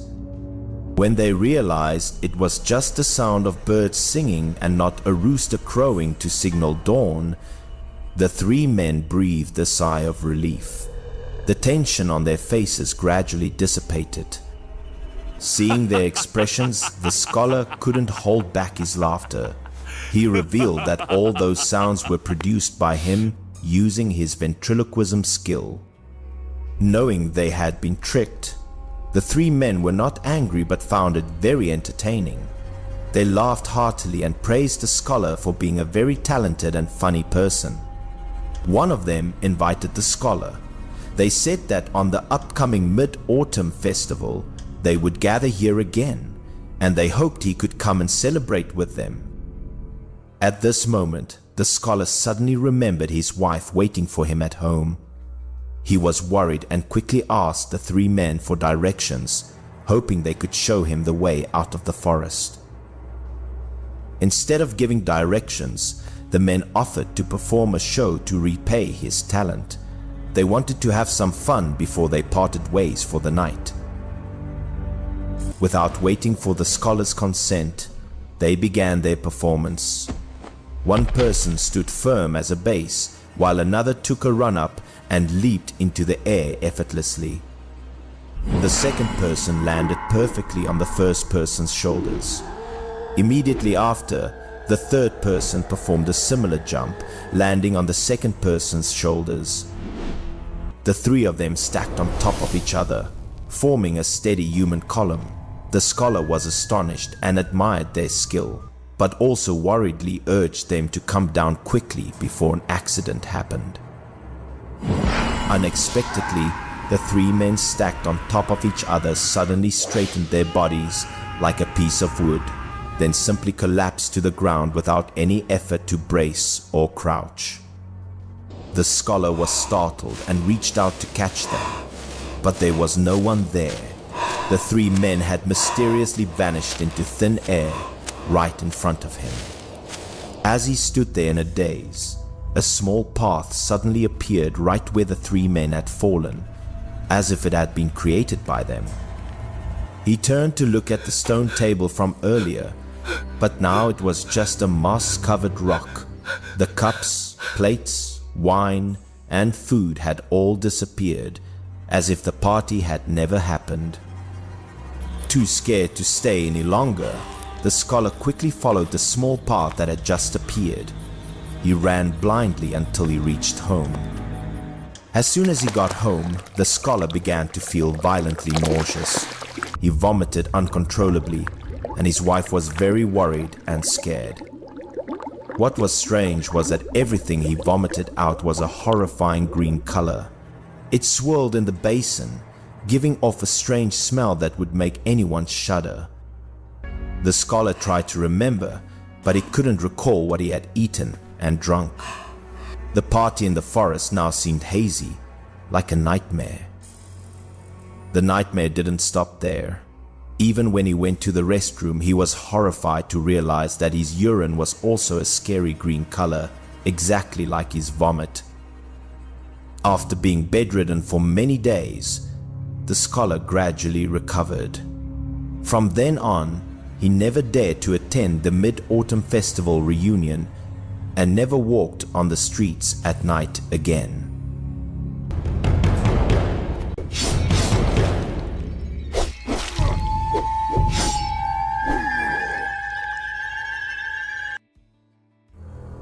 This bizarre tale speaks of a man named Lee. Despite his wealthy background and robust physique, he was afflicted by a peculiar illness, one for which there was no cure. 3 venomous boils erupted on his back. Though many renowned physicians were consulted, his condition did not improve in the slightest, plunging the entire family into despair. The torment was so excruciating that Lee felt as if he died and was reborn each day. His agonized screams echoed ceaselessly, unable to bear the overwhelming pain. After struggling for over a year, he finally succumbed to the agony. His death left an immense void in the hearts of his family. By then, the venomous boils had eaten deep into his chest cavity. His entire back had putrefied, making his death a gruesome and haunting sight, impossible to forget. Following Lee's death, His wife, in accordance with clan tradition, had to perform an important rite, installing his ancestral tablet for worship in the family's ancestral hall. The ancestral hall was located in the rear courtyard. Few people tended to it, so the place was somewhat desolate, cold, and not particularly clean. Just as his wife was placing the tablet upon the altar, she noticed a clay doll also on the altar. It was soaked by rainwater leaking from the dilapidated roof and looked ancient. Picking it up to inspect it, she recoiled in horror. 3 holes had been eroded into the clay doll's back by the rain, identical to the venomous boils on her husband. His wife took the clay doll to find an old man in the residence. She hoped he could answer her questions and uncover the truth. According to the old man's account, the clay doll had appeared when Lee and his siblings were born. A most bizarre coincidence. On that day, Lee's mother was in the throes of a difficult childbirth. His father, waiting anxiously outside, was startled when a giant figure suddenly fell into the courtyard. The father, thinking it a monstrous beast come to cause havoc, brandished his sword and charged without hesitation, bravely engaging the creature. The giant, terrified, raised its hands to defend itself. It had no intention of attacking, only wishing to shield itself from the man's blade, appearing utterly pitiful. The sword strike wounded the giant's eye and severed one of its fingers. The wounds were not deep, but they were enough to cause it pain. After being injured, the giant transformed into a clay doll and fell to the ground. It was an incredibly strange and terrifying sight, beyond all explanation. The doll had a gash on its eye and was missing a finger. Its form perfectly mirrored the giant, an uncanny resemblance. While the father was still reeling in disbelief, the cry of a newborn suddenly echoed from the room. He had no more time for thought and rushed inside. He ran into the room with joy, only to freeze in shock. The newborn child had several bizarre features, unlike those of a normal baby. The infant had a large birthmark over one eye and was missing a joint on one finger. This congenital defect brought great sorrow and anxiety to the family. He knew it was the doing of the clay doll. He immediately brought it to be enshrined in the ancestral hall, hoping to break the curse. However, after the father passed away, few people visited the ancestral hall to care for it. The roof fell into disrepair, and rainwater began to drip down, leading to an unforeseen consequence. The rainwater dripped directly onto the back of the clay doll. Drop by drop, it steadily eroded the clay, creating deep holes. Over time, 3 holes were worn into it. It was only then that Lee's wife understood that her husband's fatal illness was connected to the clay doll, but it was too late for regrets. All she could do was repair the ancestral hall and arrange her husband's funeral rites, her heart filled with remorse and anguish.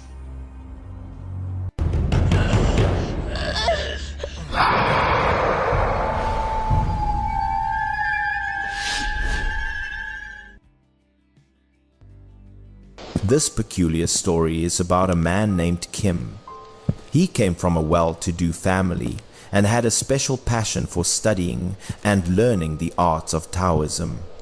He frequently visited Taoist temples to discuss philosophy with the priests. Thanks to this, he had cultivated a bit of Taoist virtue and profound knowledge.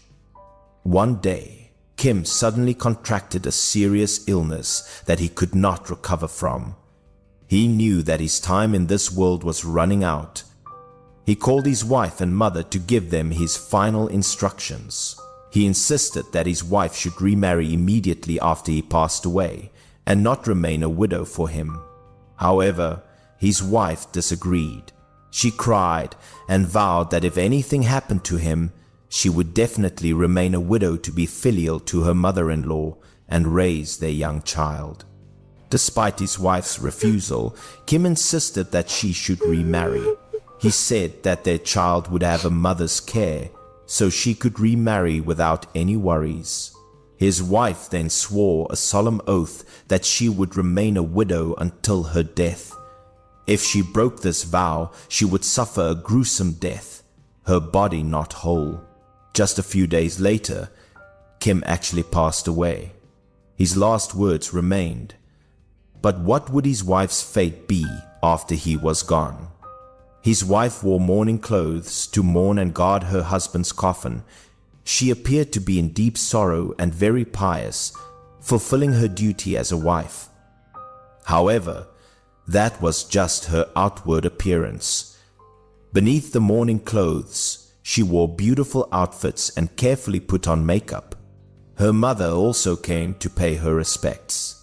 She told her daughter's mother-in-law that her daughter was too young and could not be expected to remain a widow for the rest of her life, and she should be advised to move on. Kim's mother was furious upon hearing this. She hinted that her son's bones were not yet cold, but her daughter-in-law was already eager to put on makeup. Perhaps she was looking forward to marrying another man. That night, after Kim's mother had fallen asleep, Kim's ghost appeared in her dream. He gently called out to her, wanting to give her some important instructions. He told his mother that if his wife wanted to remarry, she should not stop her. He wanted her to be able to find new happiness after he was no longer in the world. After waking up, knowing that these were her son's final wishes, Kim's mother no longer interfered with her daughter-in-law's affairs, leaving her to make her own decisions. With no one to stop her, the daughter-in-law became more and more outrageous. Even during the mourning period, she began to flirt with a man named Lee. The man named Lee had found a way to get close to her neighbors. He often lingered nearby to have a chance to meet and talk with the woman of his dreams. At night, he would secretly climb over the wall to have an affair with her, despite the fact that she was still in mourning. This had been going on for many days. The two were deeply immersed in their illicit relationship, completely forgetting the vow and the husband who had just passed away. That night, the wife asked a servant to guard the coffin for her. She, meanwhile, secretly went to her private room to meet Lee. Suddenly, the coffin made a strange noise.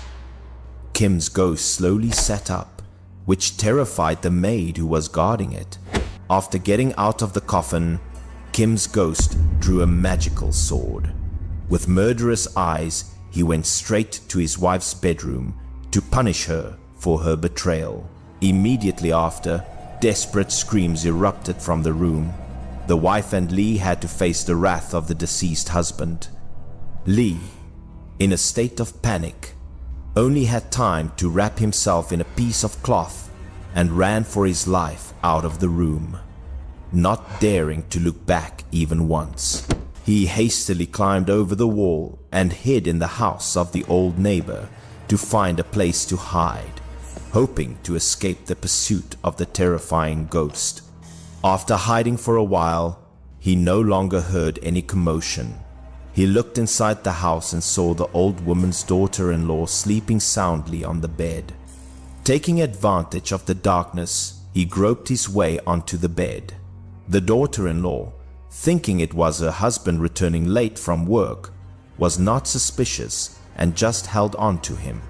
A moment later, the old woman's son returned. When he heard strange sounds coming from the room, he knew his wife was being unfaithful. In a fit of jealousy and anger, he found a knife and rushed into the room, stabbing Lee to death on the spot to punish him for the adultery.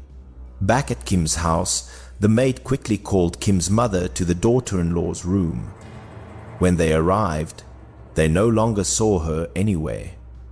On the ground, there was only a pair of men's shoes. At this point, Kim's mother realized that her daughter-in-law had been secretly having an affair during the mourning period. Both of them searched everywhere but could not find any trace of the daughter-in-law. She seemed to have disappeared without a trace after that horrifying night. Meanwhile, at the wife's parents' house, a large fire suddenly broke out. On the roof, there was a hidden figure whose identity was unknown. The girl's father discovered the figure. Thinking it was an arsonist, he ordered his servants to shoot the person down with arrows immediately. The arrow was shot, lodging directly into the person on the roof. The person fell down amidst the smoke and the raging fire, without a single cry. Everyone rushed to see. They were horrified to realize that the person who had been shot to death was their own daughter, who had died a tragic death. This strange and tragic incident quickly alarmed the local government. An investigation was conducted to shed light on the whole truth behind it. The old neighbor was reprimanded by the government for harboring an adulterer. She had to face punishment for failing to report the matter to the local authorities. Her son was also punished for the crime of murder. However, after serving some punishment, he was released and did not have to face the death penalty. Umi's parents were also reprimanded by the government for accidentally killing their own daughter. They had to take responsibility for their thoughtless action. In the end, they had to compensate Kim's mother with all the property in their house to resolve the matter. This was the price to pay for the tragedy of both families. It seemed that all these events had been preordained. Everything happened just as Kim had foreseen, like a perfect revenge plot.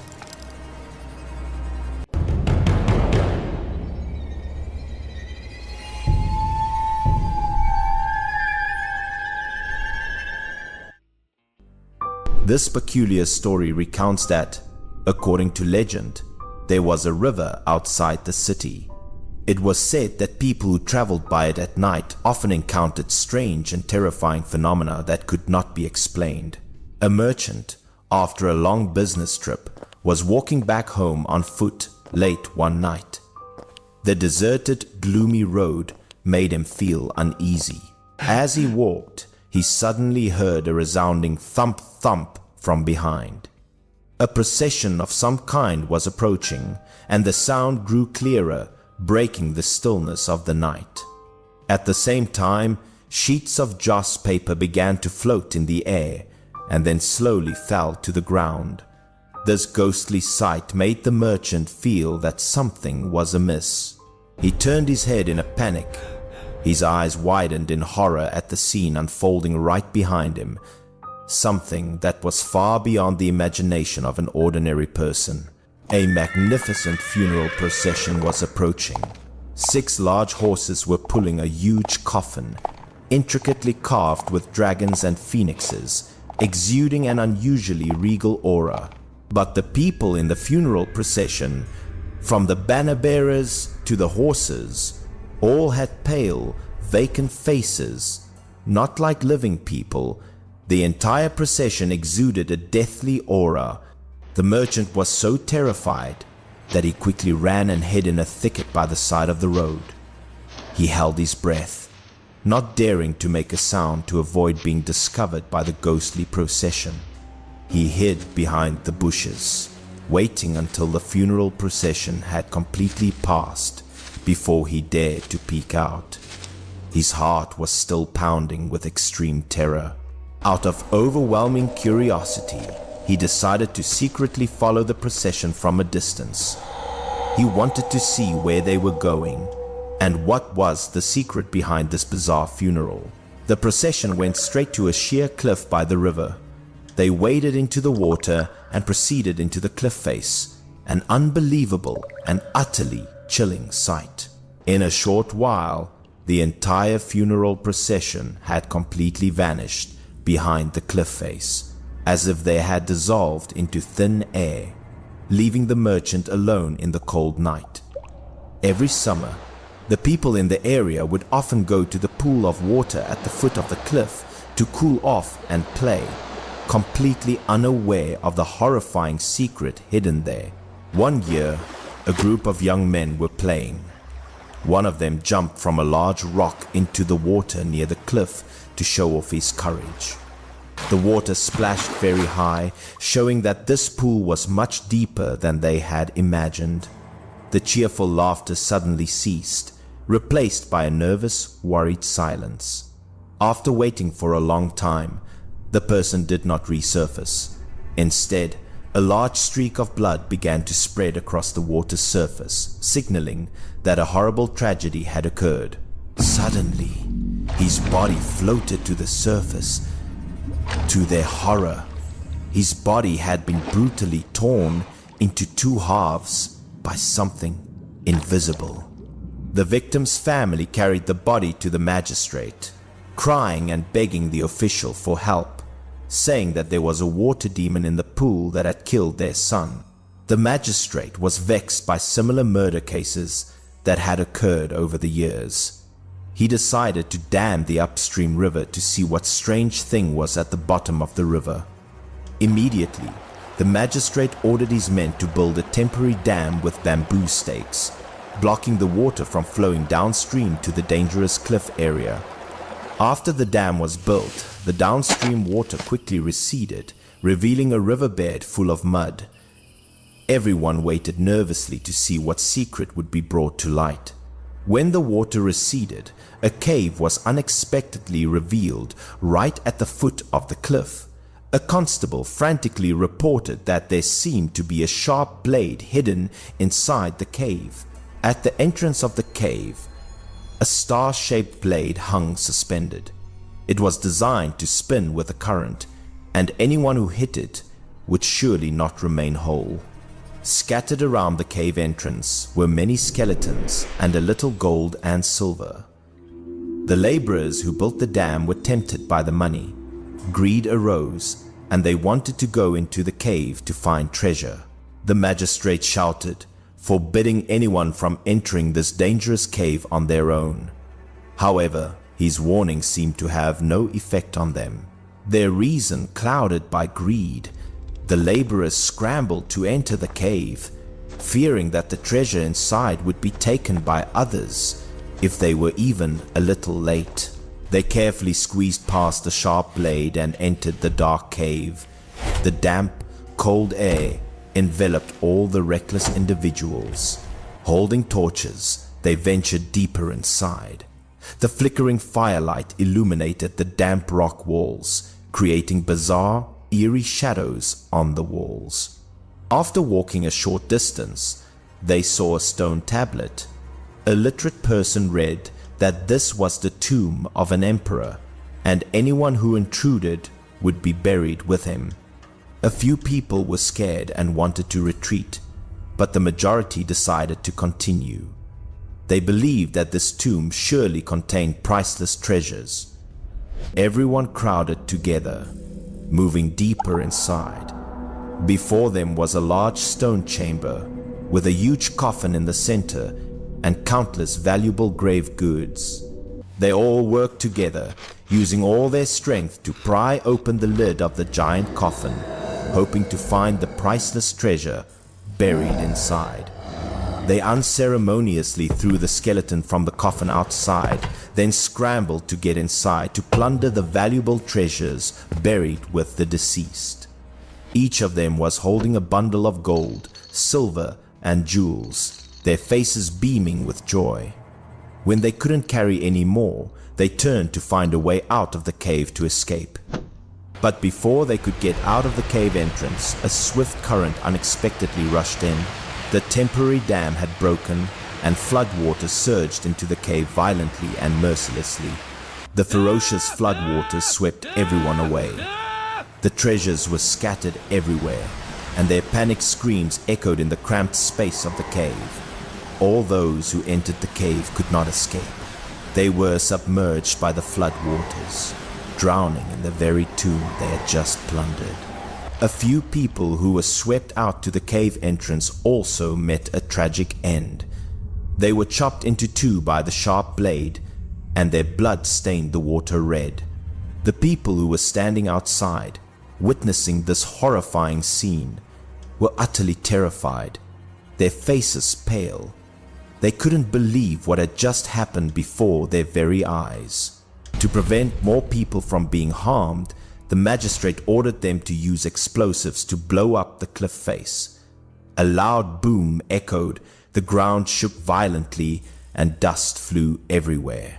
The explosion collapsed the cliff face, completely sealing the cave entrance. The secret of the tomb and the tragic deaths were buried forever. From then on, no one was mysteriously killed while swimming in this pool of water anymore. The villagers could now play without fear of a water demon. However, some people still occasionally tell stories of seeing a ghostly funeral procession go straight into the cliff and disappear into the mysterious, quiet night.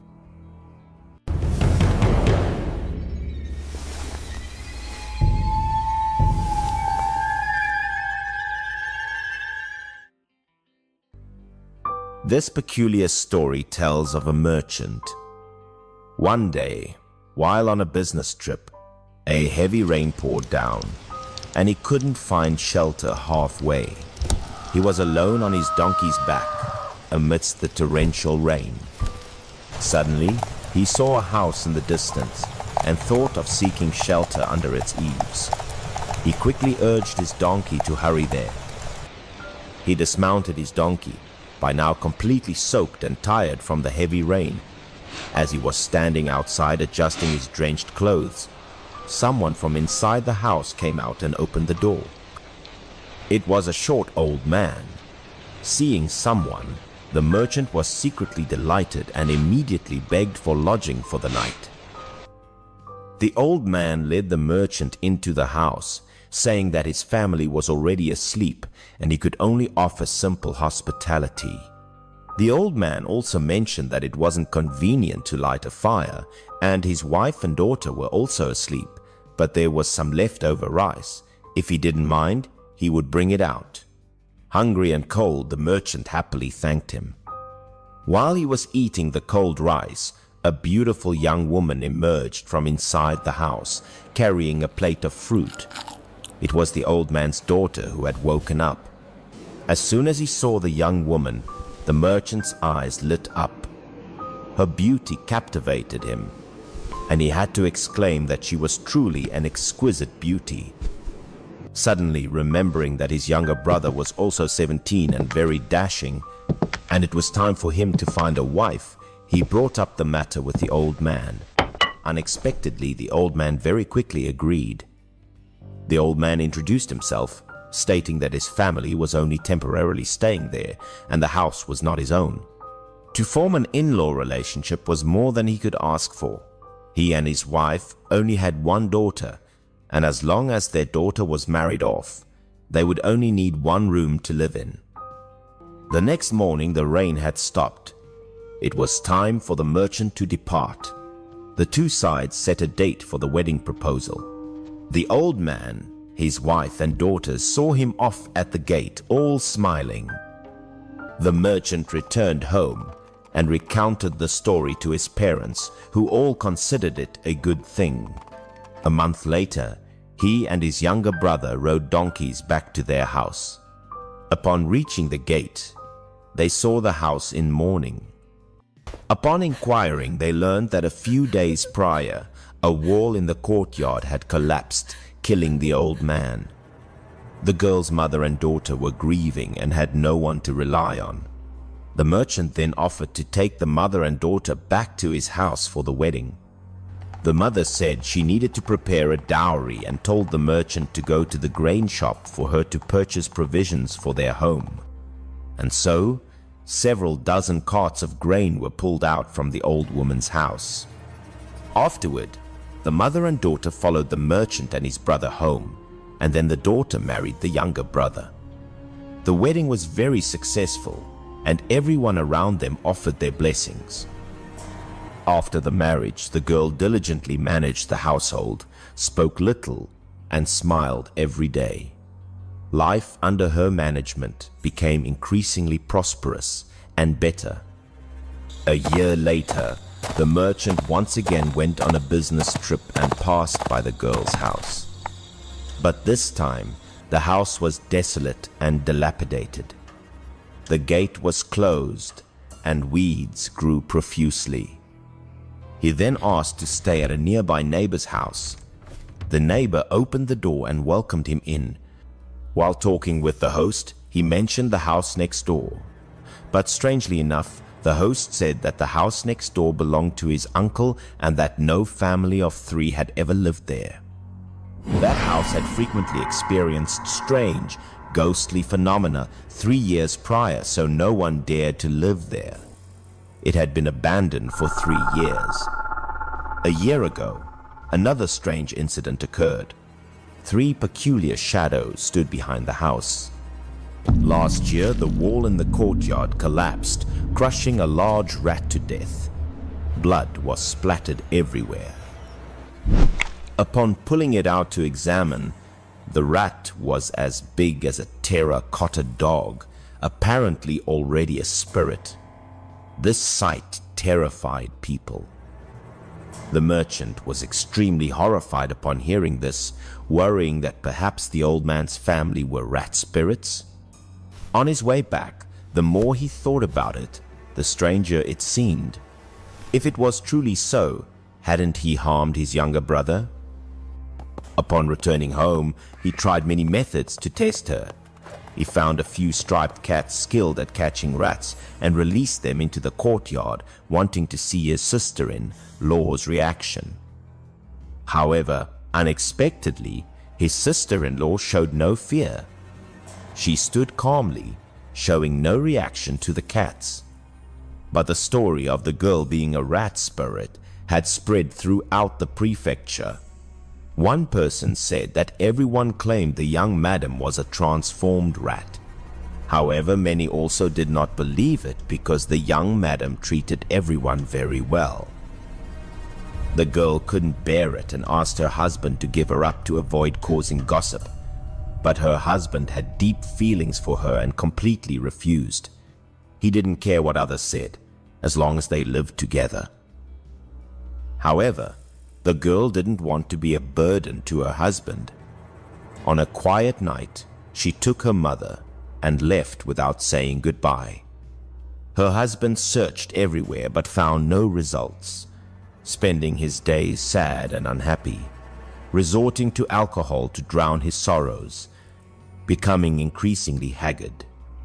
3 years later, the merchant and his father once again tried to arrange for the younger brother to marry another wife. But from then on, their family life grew increasingly worse. The merchant also had a distant cousin. One day, he came to visit a friend. During their meal, the cousin heard a woman crying from the house next door. The friend said it was a mother and daughter who had moved in 3 years ago. The mother had just passed away and the daughter had no remaining relatives, washing her face with tears every day. As the cousin left, he happened to see the woman from the house next door come out. At first glance, he recognized it was his sister-in-law and loudly called out to her. He quickly walked over to greet her. The girl also recognized him. He said that for the past 3 years, his older brother had searched desperately for her, then asked why she was wandering here. But the girl firmly refused to return. She said that although this place was poor, no one considered her a rat spirit, and it also avoided others gossiping about his third brother. The cousin had no choice but to helplessly return and report the news to his brother. The merchant's younger brother immediately arrived that night, begging her to come home with him. He knocked on her door, desperately calling out to her. But unexpectedly, they encountered difficulties from the landlord. It turned out that the landlord where the girl lived did not charge her rent. His intention was to marry her one day. Now that his efforts were wasted, he demanded 3 years and 7 months of back rent. But at this time, the impoverished younger brother had no way to produce the money. However, the girl ordered someone to carry out several carts of grain from a granary to sell, then paid the rent. Upon returning home, the girl asked the two merchant brothers to divide the family's assets. Afterward, she ordered someone to renovate and expand the granary. He didn't see her doing anything, yet a year later, the granary was full of rice and their family life became prosperous again. Grain piled high in the granary. She also bore the younger brother 5 sons. The entire family lived prosperously and happily. They also often helped her husband's older brother.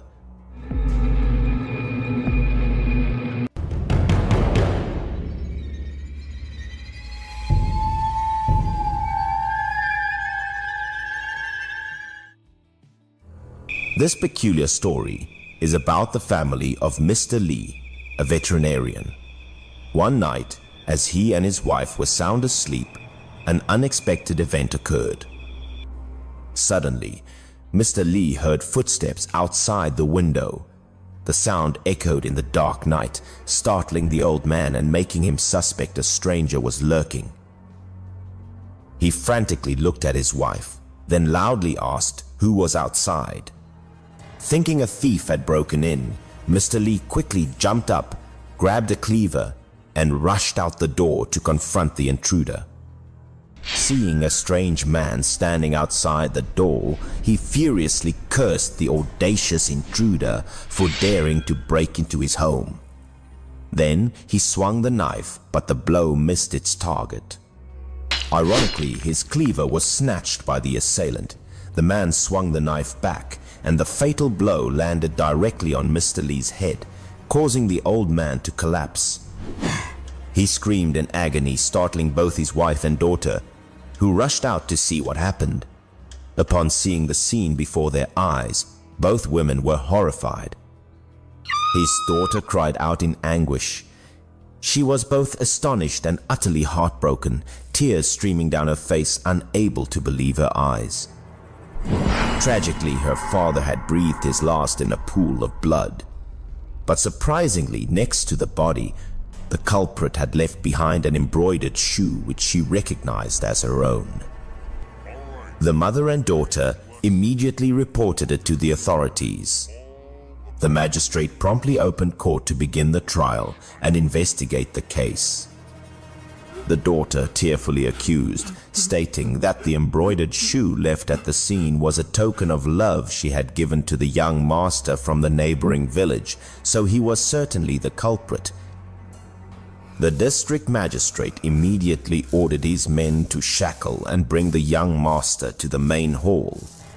The young man repeatedly cried out his innocence.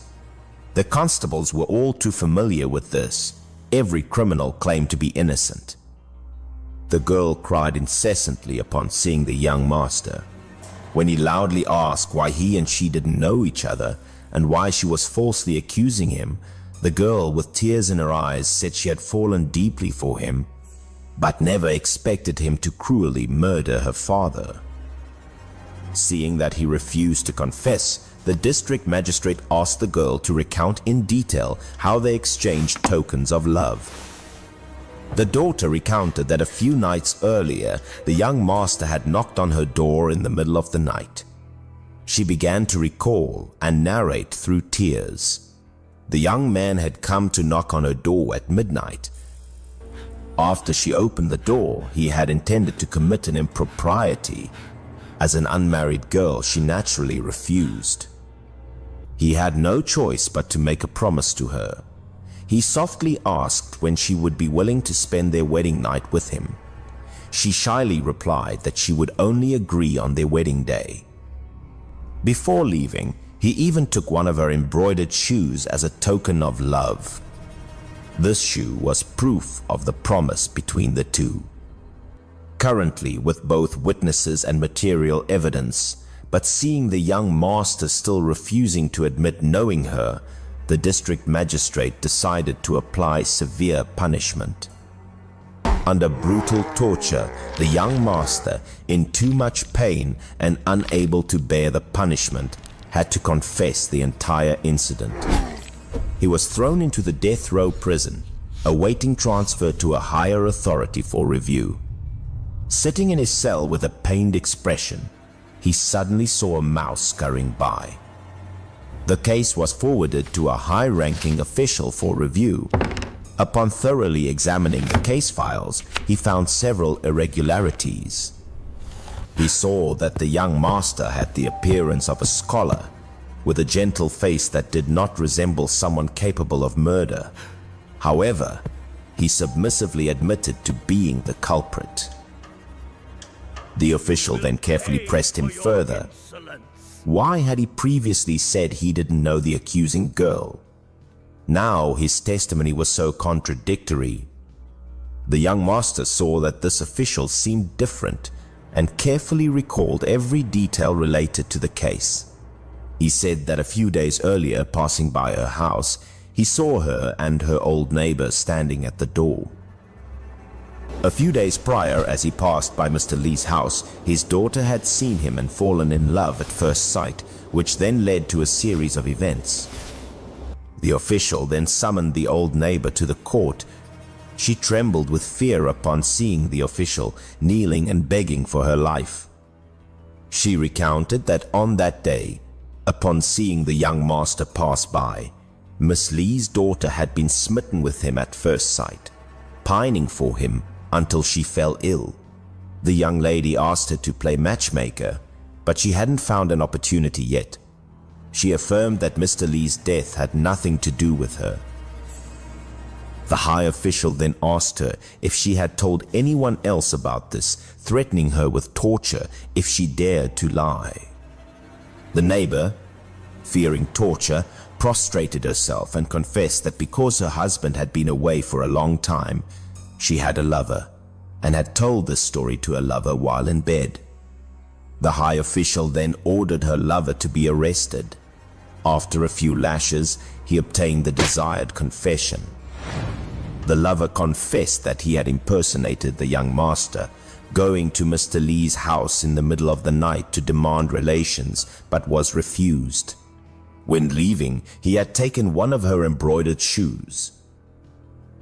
But he didn't know where the embroidered shoe had fallen, or why it appeared at the crime scene. He knew nothing about this, and Mr. Lee was certainly not killed by him. Wanting to escape punishment, he further confessed that there was another person named Wang, a jeweler by profession, who was also having an affair with the neighbor. So, the official summoned Wang. This man also refused to confess to murder. He said that although he did indeed have feelings for Miss Lee, he had never done anything immoral. The case grew increasingly complex with multiple suspects, making it difficult to determine the true culprit. The official then had an idea. He would invite the deity who specialized in solving cases to help find the real culprit. He ordered the three suspects to strip naked, then locked them in a sealed temple with bricked-up doorways. All three were nude, their backs facing two deity statues. The official said the deity would write the culprit's name on the back of one of them, then he left them inside the temple and closed the door. After some time, he called the three men out. The official then pointed at the jeweler Wang and declared that he was the culprit, astonishing him, who couldn't understand how the official knew. The official then explained that as the culprit, he feared the deity would write his name on his back, so he had leaned against the wall and tried to rub it off with his hand, accidentally getting covered in white lime that had been painted on the wall. It was then that he realized he had fallen into the official's trap. In the main hall, with nothing left to deny, he finally confessed the entire process of the murder. That night, he had intended to go to the neighbor's house for an illicit rendezvous, but accidentally overheard her recounting how her lover had impersonated the young master to deceive the girl into giving him her embroidered shoe. Conveniently, the embroidered shoe that the lover dropped had been picked up by him. He picked up the shoe, and dark intentions arose in his heart. Therefore, he also wanted to impersonate the young man, taking advantage of the night to go to Mr. Lee's house to demand relations. Unexpectedly, he mistakenly went to Mr. Lee's room and inadvertently committed murder. The case was finally brought to light. The young master was exonerated and set free. Mr. Lee's daughter felt both ashamed and remorseful when she saw him, and he also felt her sincerity. In the end, the two ended up together.